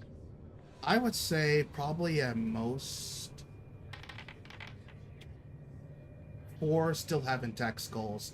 The rest are mauled, ripped apart, or just eaten into almost bone pieces left. Alright, I'll get some. Oh, And as you see that, they kind of huddle together. Is anyone going to take the stone? oh, I am picking up. I just making sure that these items are the things that you're meant to show.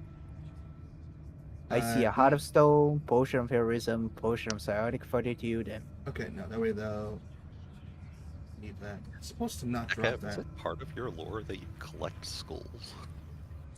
No, it's for a creature. Long story. Okay.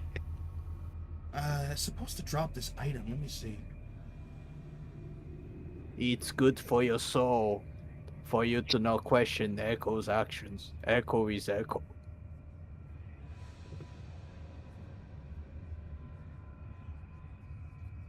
I Ah, really am wretched not party gonna loot. collect every skull Why you is see. it not dropping a new party loot? That's weird. Why is it not dropping the, Hold on. Alduin, that bag keeps changing right in front of our eyes. What does this mean? There we go. I'm trying to just drop the stone, but this should work just fine.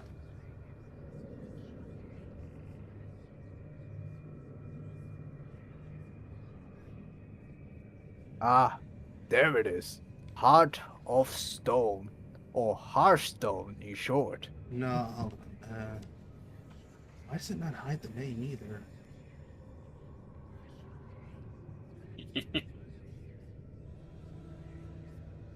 Trevally, I'm pretty sure that's not a jawbreaker. Don't put that in your mouth. I know better than to eat stones. Aurelian side eyes Echo. He doesn't know better. Echo just shakes his head. Alright, you grab the stone, and with that, you touching it, I need you to give me a wisdom save. This stone. What is this? I see. Let's see. Oh, baby. Okay. Your mind manages to handle this, maybe because of your own experience with infernal energy, but you hear a almost primordial roar that seems to reverberate through your head. No, not another freaking voice. But you understand it as it speaks to you and it says, "Release me!" Ah. Trevally gently puts back the stone in its place. I don't think we want this. What do you mean? What happened? I picked that strange red stone, and suddenly I heard a large roar screaming to my brain. It was very loud. I don't like it. What did it say? Uh, release me! And as you say this, something happens. As you turn all around and... How do you go? No, there we go. The As you flaming. turn all around and you see glowing in the center down there, the lines on the ground, they seem to light up a slightly gold hue as what appears to be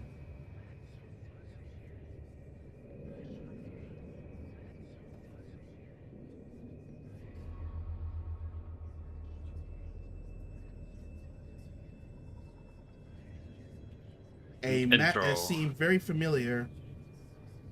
Wait, you weren't supposed to see this? Discord intro. Drum roll for the stream. It's supposed to trigger like this.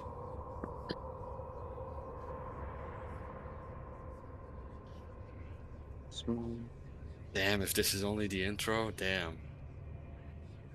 Damn! It's We're not never just leaving the the intro. Shut up. basement. Oh no. We've been here for 3 sessions and like 2 months.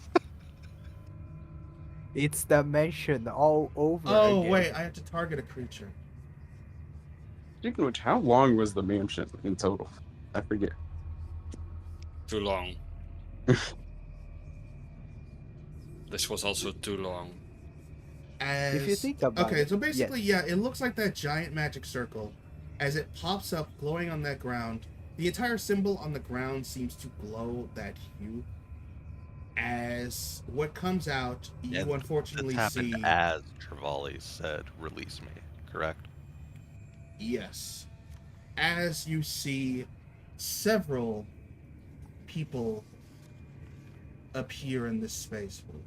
Here you go. I swear to God, if we have to fight more, Where the fuck did he? Where the fuck did he go? Why do I have a circle on me? That's because I knew you were a demon. It's because you stepped into the circle. Let me just step. I swear, these macros are not built for just regular. It's okay though. I will take a hit from my bomb, and Aurelian will too.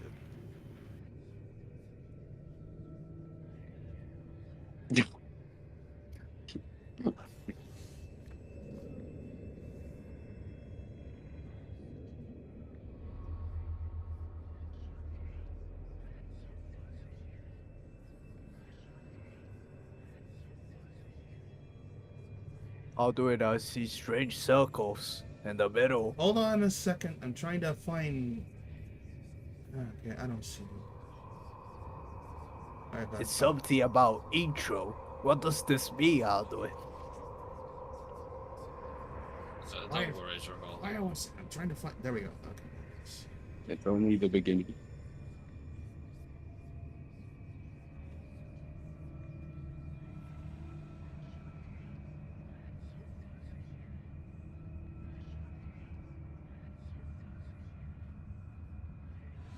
As all these people, including one more who apparently freaking disappeared on me, so I gotta bring in another. Oh, All these people show up, and this is where the tension it's a little bit more on the dangerous side.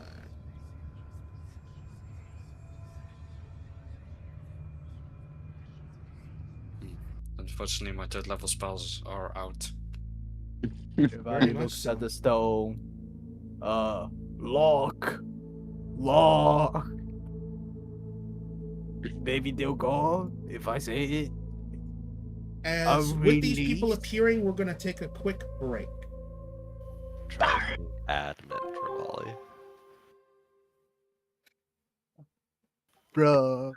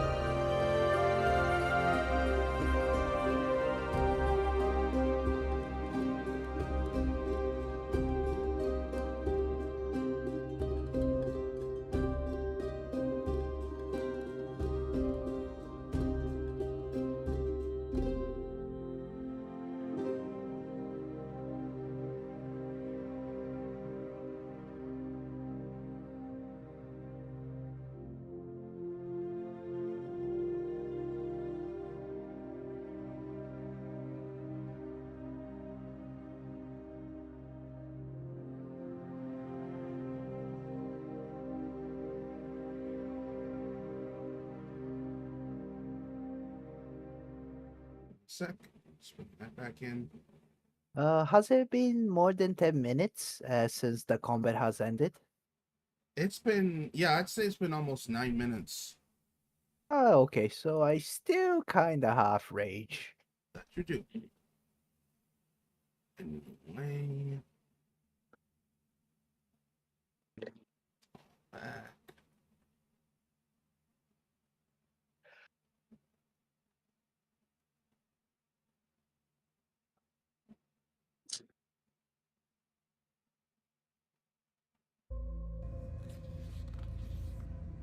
All right.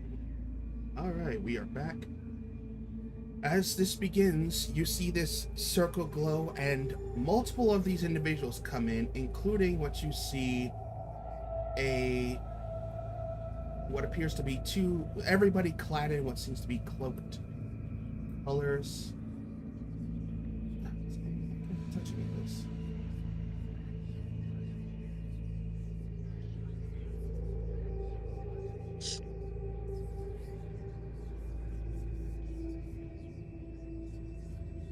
And where are you still targeting?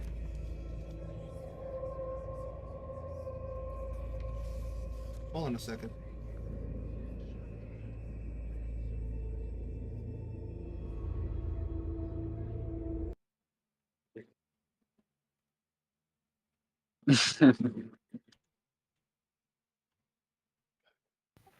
Why is Dravali hiding in the side room? I'm using the ability of while they're standing there, I'm just making my quick getaway. Nobody is moving while this is happening, so get back out there. Bruh, no. The plot is making me move back.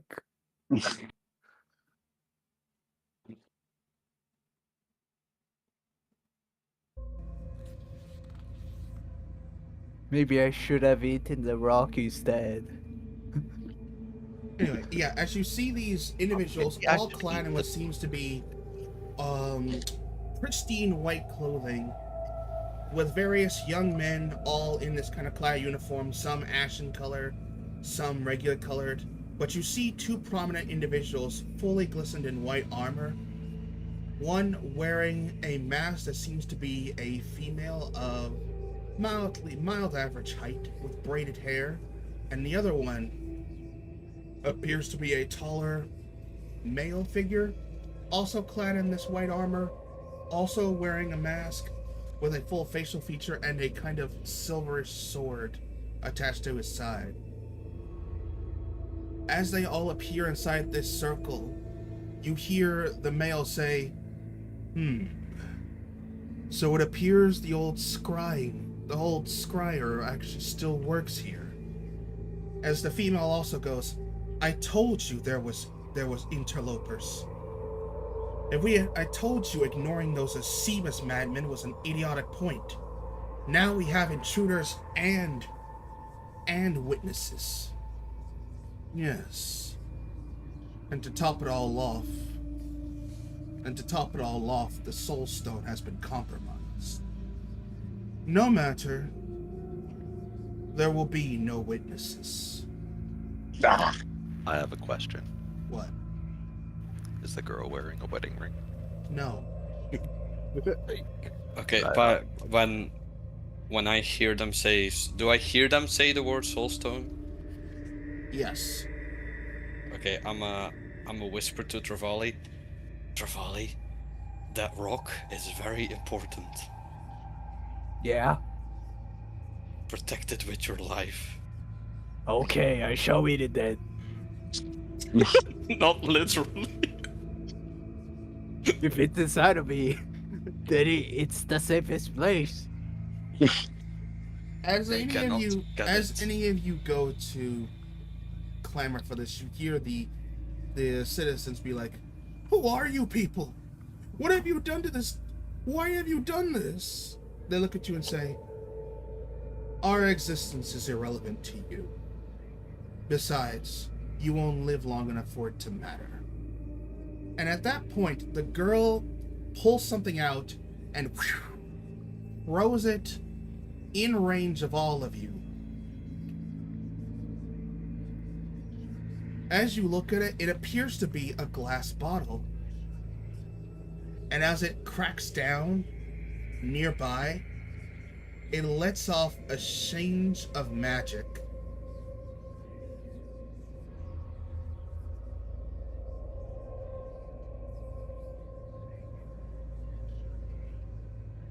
Let me see. The template size. Recon, I don't know what you're cooking, but I swear to God, if we end this session in this fucking basement again, I will lose my fucking mind. It's okay. First off, I know that's a bit of a joke, but please don't do that. Secondly, you enjoy the cinematic because you'll see where this is going. Okay.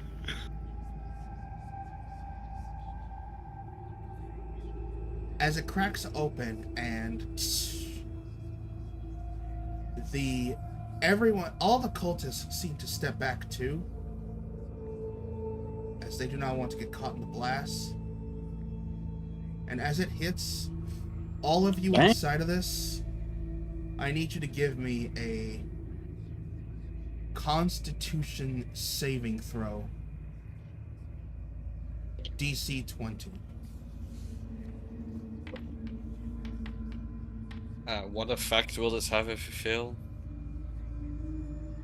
I'll tell you, unconscious.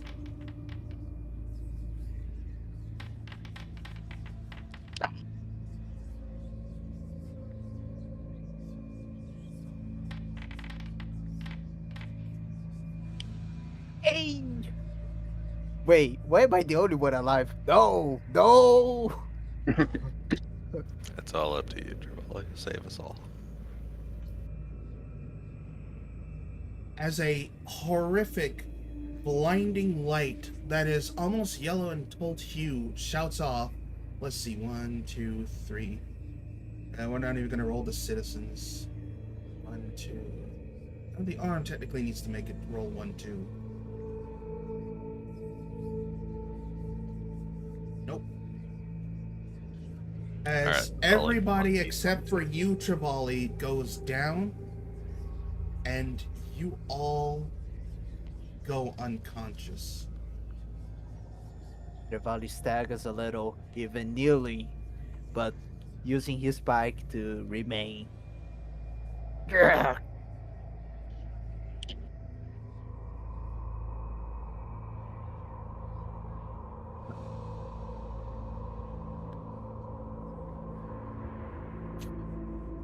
And you Yeah. hold. I'm sorry, hold on. And you all hold your minds as you all. Let's see.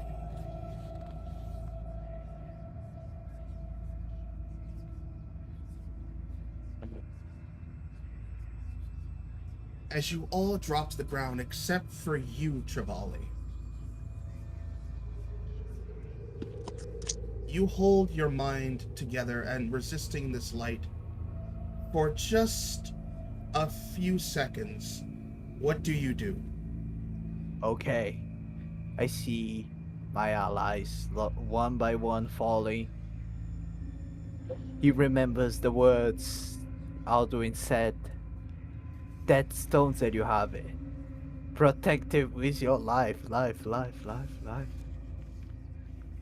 Noticing the situation, he picks up the stone and swallows it.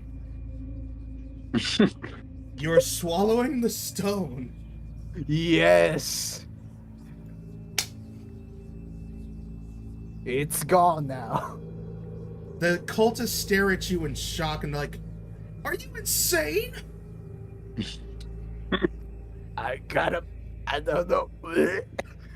And with that, I need you to give me another Constitution save. Okay. Can I at least know the DC so I can It's the know same that I'm gonna DC. fail? It's the same DC. This is the symbol spell. It lasts for about 10 minutes, but while you're in here, every time you end your turn, you have to roll and you take the same effect that is already stated from the symbol that was placed. And this symbol, when it rolled and everybody failed, got the unconscious condition, which will last for 10 minutes. Okay. Game, please. It would be so peak. Theoretically, if you take damage from choking on the stone, you technically will still be awake. And technically with everybody, That is a 14.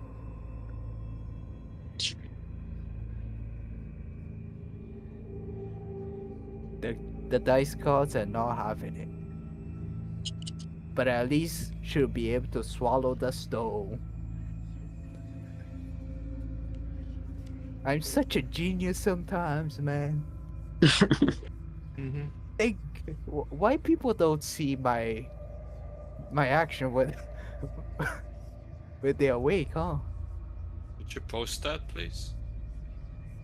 Oh, I'm sorry, I thought it was visual. Hold on a second.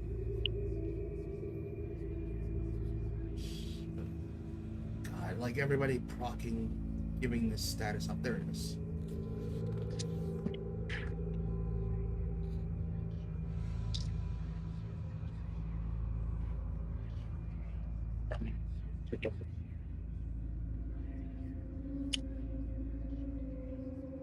Scroll up a bit from everybody's saves so you can see it. Oh my gosh, that's a long ass spell. Dear God. So wait, Alduin, wouldn't you have an advantage on that if it's putting you to sleep? Or, It is. Technically, it's not magic sleep. I've already looked this up to reconfirm it. It does not count as magic sleep.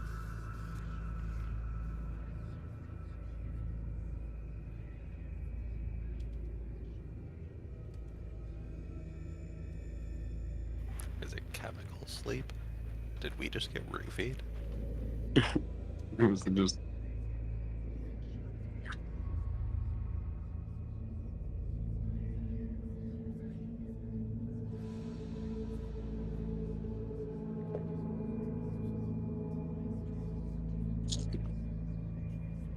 Actually, wait, no, shit, I'm sorry, it does. Okay, fair. So, Trevally and Alduin, you are both still conscious. Okay. So let's retcon a little bit, moving a little step back here and there. I'll do it. Should I just eat it? Not yet. Just give me a moment. So, And Alduin, you begin panicking as you feel this effect of this magic, and you know that it's going to knock people out. Trevally has about another few seconds, and we're still taking that same effect, as he will drop to the ground unconscious. all right, guys, calm down. You are calm all down. alone at this point. What do you guys want? Of course they would have an elf amongst them. And you also notice it's not just you. The young girl as well is also not falling unconscious. Uh, just our luck. Elves down here of all places. What we want is simple. No witnesses. As he holds up a item, and this is where everything goes from bad.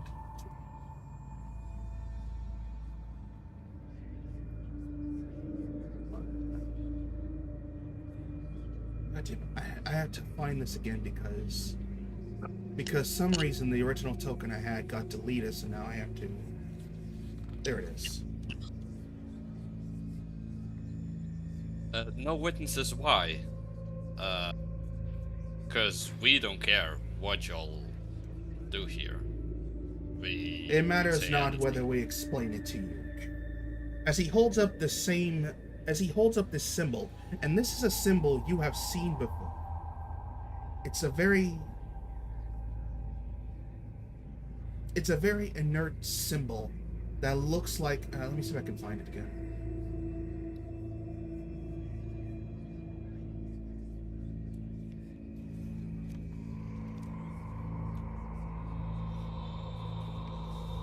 There it is.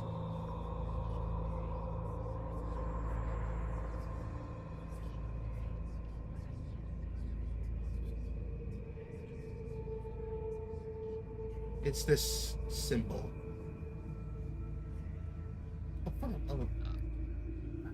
Oh, no way. Clipboard image 2026, 815, 21, 25, 46. Alright, so apparently this thing does not want to play fair. Exactly right.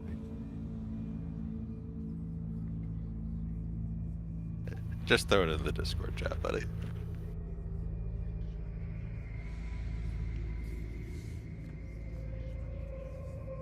There we go. That's better. Nope. Yep. Ah, I have seen this before. Yikes! As the shit. lightning comes off of it, and immediately, Alduin, you notice as several of the people, the citizens first, start turning to stone.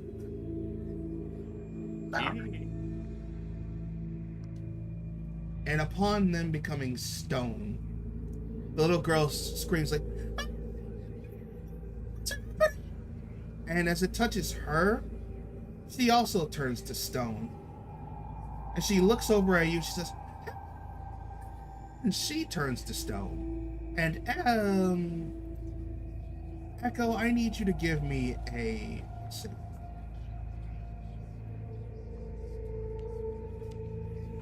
I will post it as well so you all can see. I need you to give me a...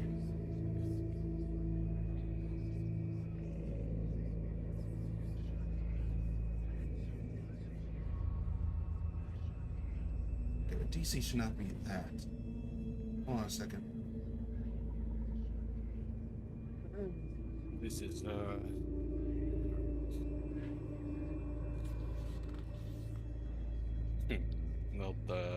ideal, to say the least.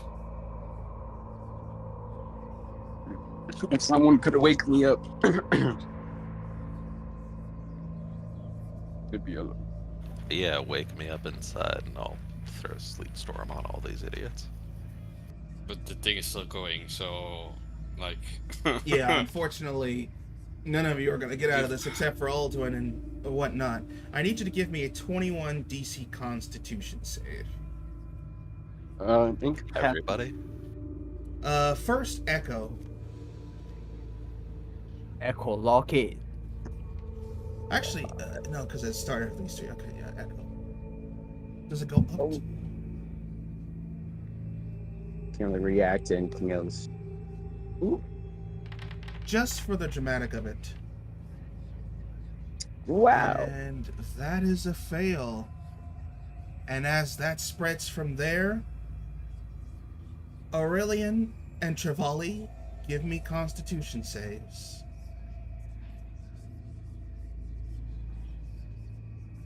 All right. Oh. Okay. Ooh. Oh, so close. If only I had a And gun. finally, I'm still, Alduin. but I will do my best to wink at the girl. You're unconscious. I know what I said.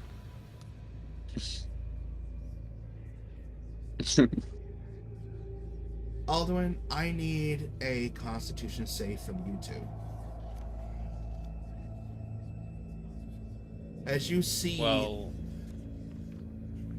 spreading like almost a disease in a wave, everybody in front and around you is turning to stone. well, I don't want to be a buzzkill, but it says you and 3 creatures. And then it spreads to up to 2 creatures if they fail. If one of the 3. Oh, I see. Never mind. Okay, well, I don't have that much. Sure. Really.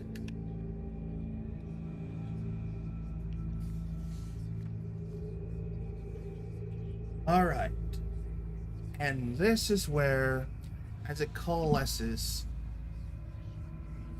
everyone starts shifting as your bodies start to coagulate into stone. And Alduin, you hear, as you're trying to prevent this, you hear, there's no point in resisting. This will be the end for all of you. Aurelian, go ahead and give me one more save. What flavor? Or rather, give me another save, because this is going to be for thematic sakes. Let's see how well you go with this. What flavor is the save? Same thing, Constitution, same DC.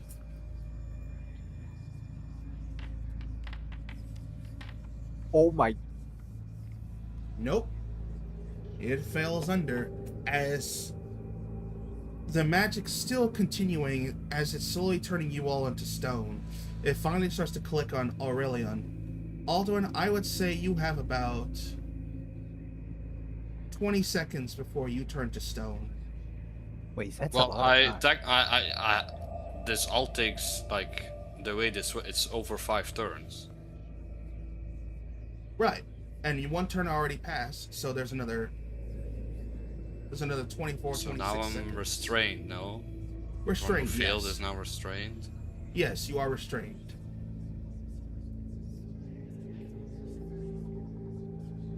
So I just need to make another one.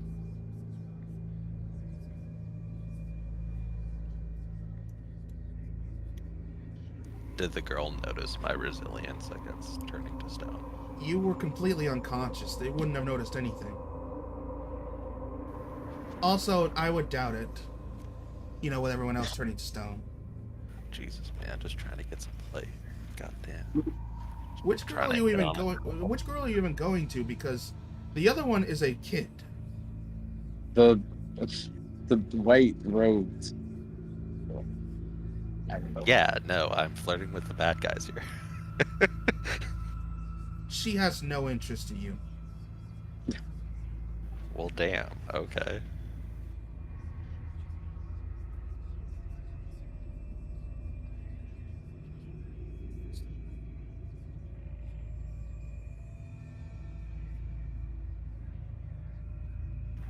What are we doing? I'll just make another one. Yeah. That is a fail. As the stone petrification seeps in, they're still staying where they're at. But then they begin chanting. Oh, And- it's And as the acolytes behind them start going,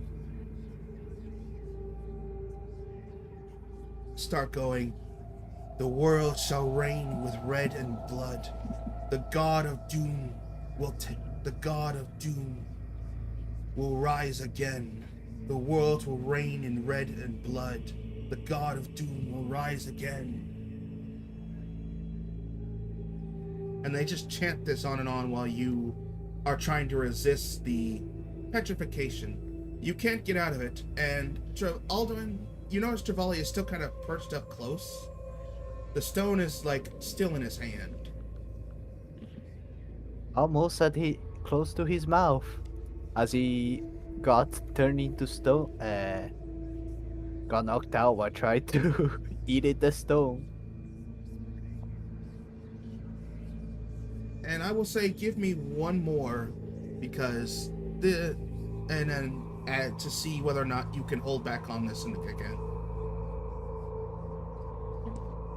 Big question, didn't we get something from the lion to call him or something? No.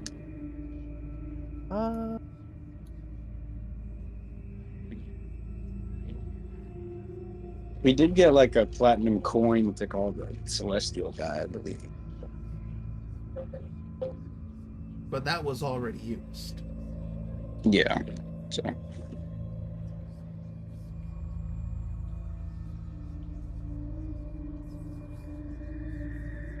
Alduin, that's safe. Yeah, I'm checking. Give me 1 sec.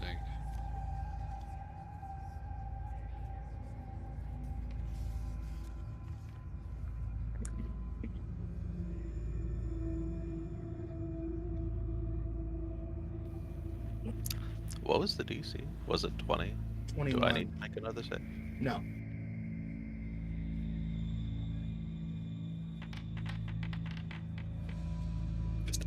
Yikes. 17.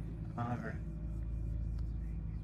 As the panic, the situation, and the tension all coming together, as the petrification clumps over from the people, your friends, and finally slowly onto you, you feel the world start to go dark. And the last thing you vaguely see, give me one perception check.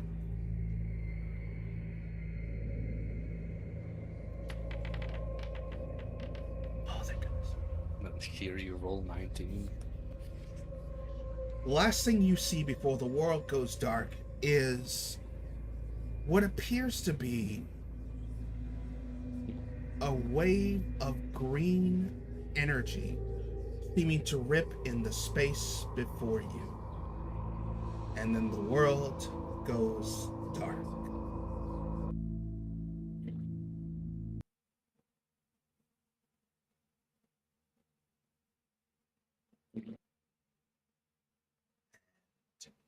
Then, sec. All I needed was one turn awake. Oh, no, trust me. I was not going to make sure of that. This is why I set it up like this. And you'll see why in a second. We wake up in a cart and you hear somebody talk. Ah, you're finally awake. You're finally. As muffled distortions seem to come around, and you feel your senses start to return again, you hear you hear what sounds like muffled voices, before you all seem to, slowly at a turn, gain back consciousness. Where is it? Where is it?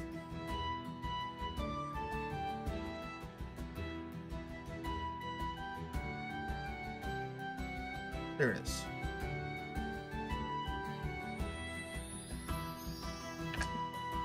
As you all snap back and wake up in beds in what seems to be an infirmary.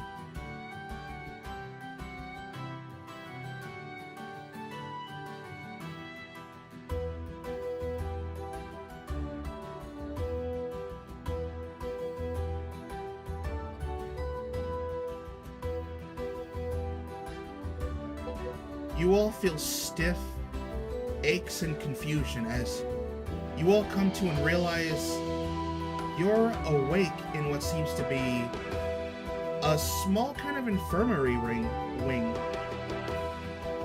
I will say the first one to wake up would probably be Echo, but knowing him, he probably would stay quiet. And then next would be Aurelian and Trevally.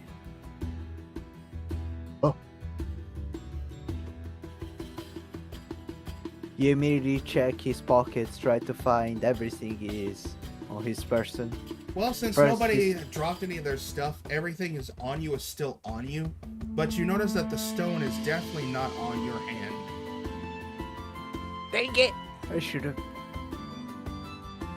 And then finally, Aurelian, you wake up slightly in a bit of a shock and confusion. And as you do, you all stand there and you hear, I swear, it can be almost, I swear, never seen a case like this before. I wonder what it has to do with that fire, though. In our defense, it wasn't our fault. Do you say that out loud? Yeah. And you hear perk up as she comes over and she looks and she's like, oh great, it worked.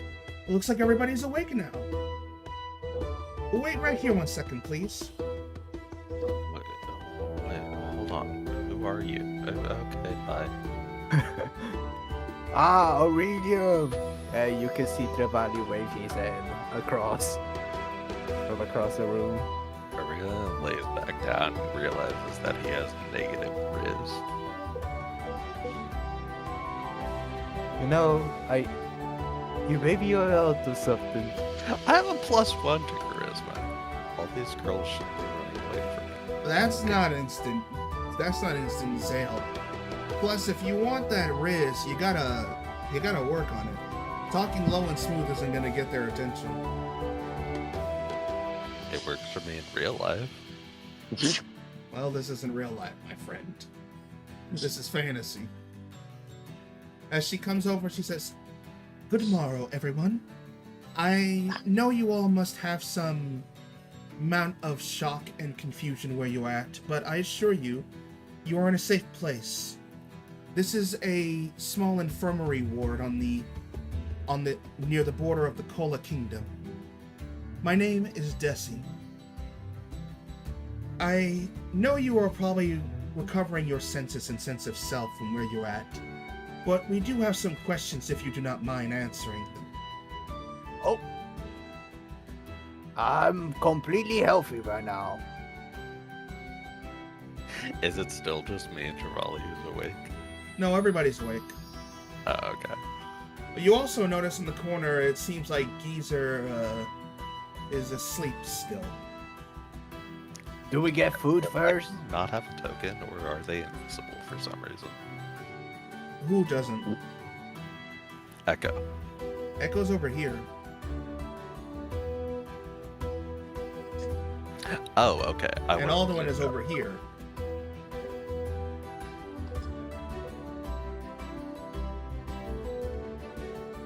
Speaking of which, Alduin, are you there? Yeah. Oh, I thought you went silent or something. Also, Echo, are you there? Yep. Okay. Well, she just asked, I know you're all recovering from your senses and being petrified and whatnot, but we will need some questions answered, including the situation that seems to have happened to you. I don't know about the whatever word you just used, but I'm kinda hungry right now. We will worry about that in 1 minute. As she goes over to this door, she opens the door and she says, "Captain, the petrified adventurers are awake if you would like to start the questions." And with that, 2 people will come in. As they look at you and they say, "Oh, well, I see that it seems like that lady wasn't lying about this after all. It seemed almost strange that something could happen like that, but you know, better safe than anything." "Yes, let us be thankful that anybody is safe from petrification." And with that, she seems to shamble off in this direction. And as they say, allow us to introduce ourselves. I am Captain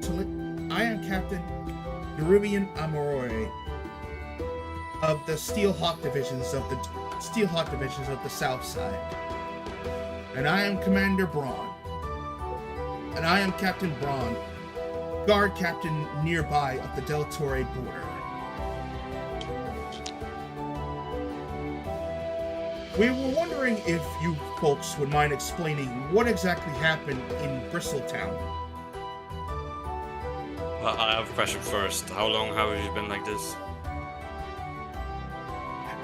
According to the nurse, about 2 days? Can we have taken a long rest in that time? I would say no, because when you're petrified, you don't get anything when you're petrified. You literally I'll explain in a second, okay? Just give me 1 second. As they begin to explain, you get a full down low. Apparently, the town where you were at, Bristletown, seems to have been burnt to the ground. And from that, you all, in a petrified state, were brought up near the Del Torre border. You were handed off into this ward, but there was not much they could do about it. However, about a few hours ago, the same person who brought you here also brought what appeared to be a scroll that had mass restoration. And in the words of the person who saved you, let the young blonde lady of the clergy use it. She's the only one who will probably be able to access it properly.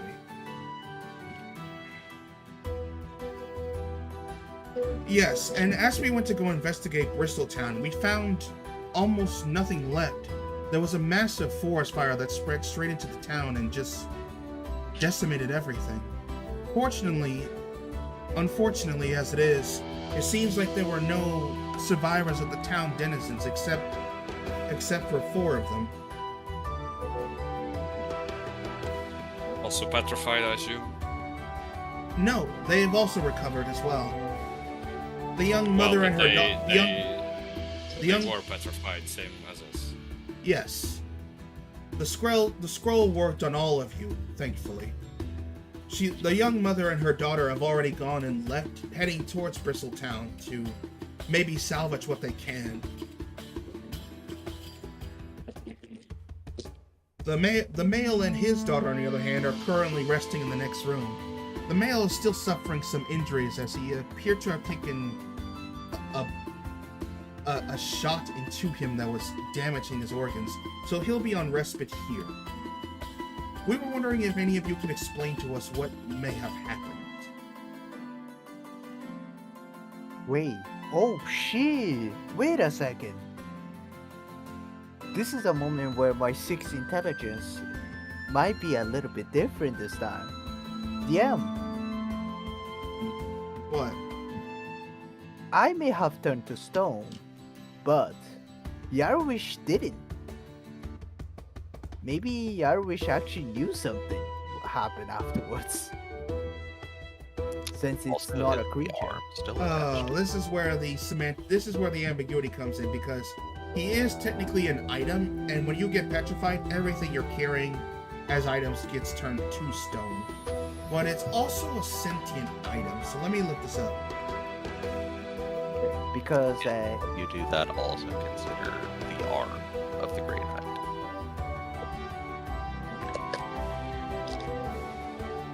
And also, while you do that, I'm going to fix. I can't hear you, Aurelian. What did you say? he was talking about the arm, and also he's gonna take a piss. Alright. Well, apparently, yeah. As you get up and you hear, it was unbelievable what happened. And it begins to layer down on you, but before that, Alduin, could you give me a quick perception check? Or investigation check? I know what I'm choosing. Of course.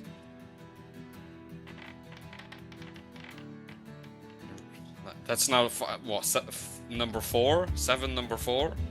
No, that's fine. It's not a high DC. As you look around on yourself, checking to make sure nothing else was damaged, You pick out from near your cloak 2 griffin feathers that shimmer like black stars.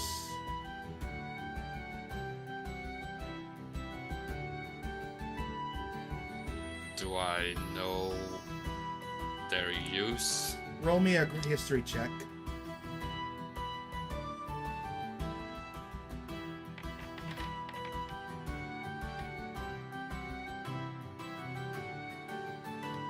You recognize these griffin feathers as the same griffin you saw on... What was this character's fucking name? Raven? Yeah, on Craven's griffin. And your mind immediately thinks of Mistra. Including, as you remember, the green energy that seemed to flow in like a rift. It almost seemed like weaved magic. And you get a firm smile on your face as you kind of remember Mistra uses that kind of magic. I think to myself, the stone might yet be safe after all. I might have to. You then contact also her. find find a note next to the nightstand. You open it up and it is written in kind of poor common, but still visible as it says, "Got into quite a pickle you did, kid. You owe me one for the future. Make sure you owe me one for the future, so I know you'll keep your word and find him. Mistra. P.S. P.S. P.S. Be careful when you step around with these groups. They've been around for a long time and are far too dangerous to underestimate. Don't bother going back, though. They've torched everything." Anything about the stone? And the stone went with... And the stone went with them. I tried to get it, but they were quick. That's unfortunate. Okay. I'll put that note in my pocket. And mind sending me that later? So I can put it in my notes. Yeah, I'll write it down and then add it later. Alright. And Travala, you also get this explanation as the sword is telling you all about this red-haired elven woman that showed up out of nowhere and laid the smackdown on the cultists, casting magic like there was no tomorrow, even better than Aldwin ever could. She was casting spells left and right, casting them twice. They seemed to almost be controlled by her very will. But most importantly, you remember that she could literally grab old magic and utilize it. As the cultists laid there down, he also tells you about how the tall male, he transformed into something. He transformed into a demon. However, despite her great skill, she couldn't kill them.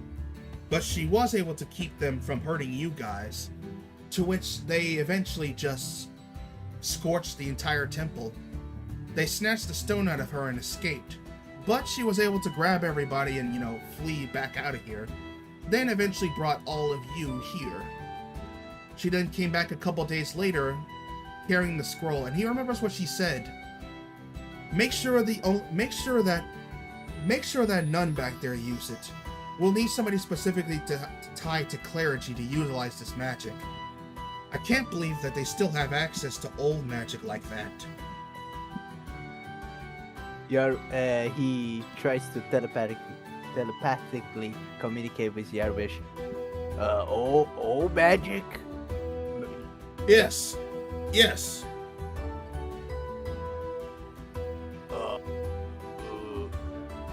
Sounds like he was an incredible, powerful person if you sing so many high praises. Yeah, especially but that's another in a thing book. too. The petrification y'all got? Normally that type of magic hasn't been around anymore. Yeah, not only did they use old magic on you to petrify you, but that redhead, she could use it too. It almost seemed like she could call it. I will try to understand what this magic is, but I it's can't good to fully have. I can't fully explain it myself. All I know is that with old magic, it's apparently the type of arcanum that's very faint, but somehow just I can't explain it in the best ways. All I can say is that it's in retrospect forbidden magic according to the world, but also seems different compared to new magic. It's kinda how maybe a cool cast spells, or maybe Alduin. I'm not sure. I've only I heard can just ask I've them only heard later. faint tales, including from when I was wielded by various users. I did have somebody once that could use old magic, but that was a long time ago. Either way, you guys stepped into something big. I see. That church, those people, that was definitely some sort of ancient ground. I think we all got lucky to get out of there. You can hear Travani laughs a little. Yes. That redhead may be strong, but she wouldn't be strong enough to match my spell. As he gestured the spell he casted, the fall. Why? No, he's not casting. He's Oh. just gesturing how he would cast it. I think. Yeah, I'm sure you got your ropes there, but I'm not entirely sure. She seemed different. But either way, that doesn't matter. The important thing is that we're alive and you're alive. That is good. I'm probably gonna ask Alduin about this old magic. At any rate, the captains are like, well, the good news is that at least you've all been restored, and that can take care of the report that we have. To think that there was some sort of nefarious organization running around like that, we'll have to bring this up to the GOD when I make my stop back up there. In the meantime, though, you should all get some careful rest. Agreed. Come on, Rosie. We're out of here. As the guards take their leave.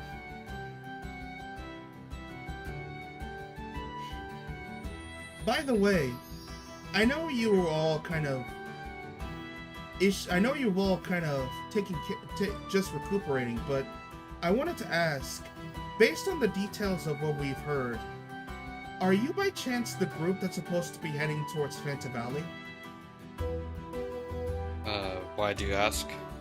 We've been getting distress reports from them. They say that the army is closing in now. What army? Blood Lord Varrox's army of hell goblins. They've sent out several distress messages to any nearby adventurers and anybody in the organization. They're looking to round up people as soon as possible, because they've made reports that the army is closing in now and will be there probably soon.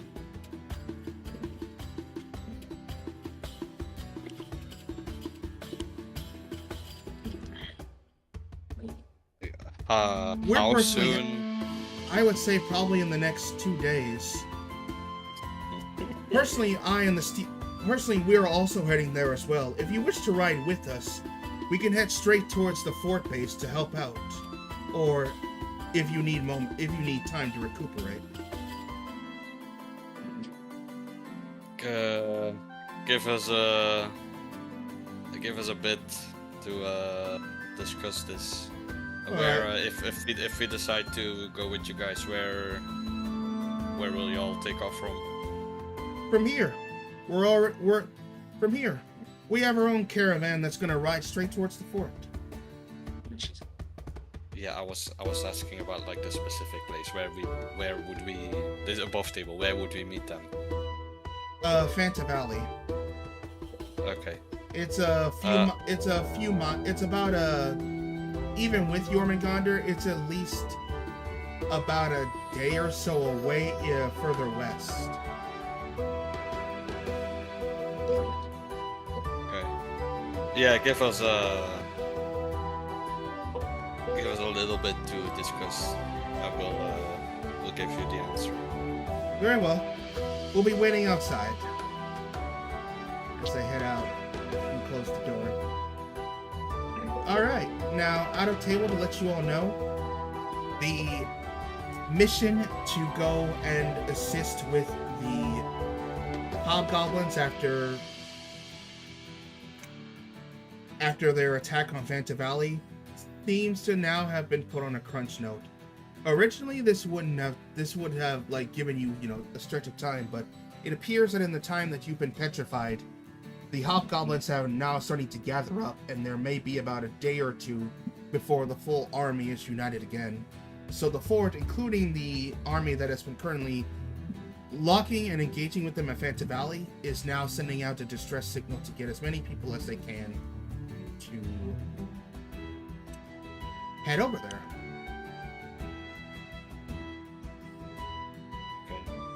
No. And with that in mind, that is where we will call session. But out of context, what are y'all thinking? You basically fought some cultists, survived an encounter, survived what should have been a deathly experience, and are now basically in the Kola Kingdom. And now you have probably a fast travel towards where you need to go for this mission. Not bad, eh? Mm-hmm. Your prayers are being answered. We did not end all the session there in that place again, so They do inform you that the young elf girl and her mother, they are safe, but they went back to the town to collect some of their belongings, with some guards protection, of course, so that way they would be safe. ah.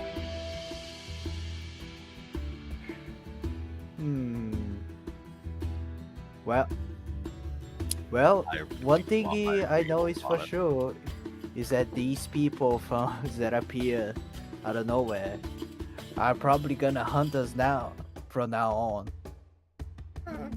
We are literally witnesses that survived it. We've seen their faces. No, technically you've seen their faces. uniforms. You didn't see Quotation anybody. marks. You've Quotation seen their marks. uniforms, you ain't seen anybody's faces. But yeah, that was that little short encounter. Now we are on to, at last, the main mission we've been heading for quite a while. Next week, I hope you're all ready for it, because Sunday is already breaking it down.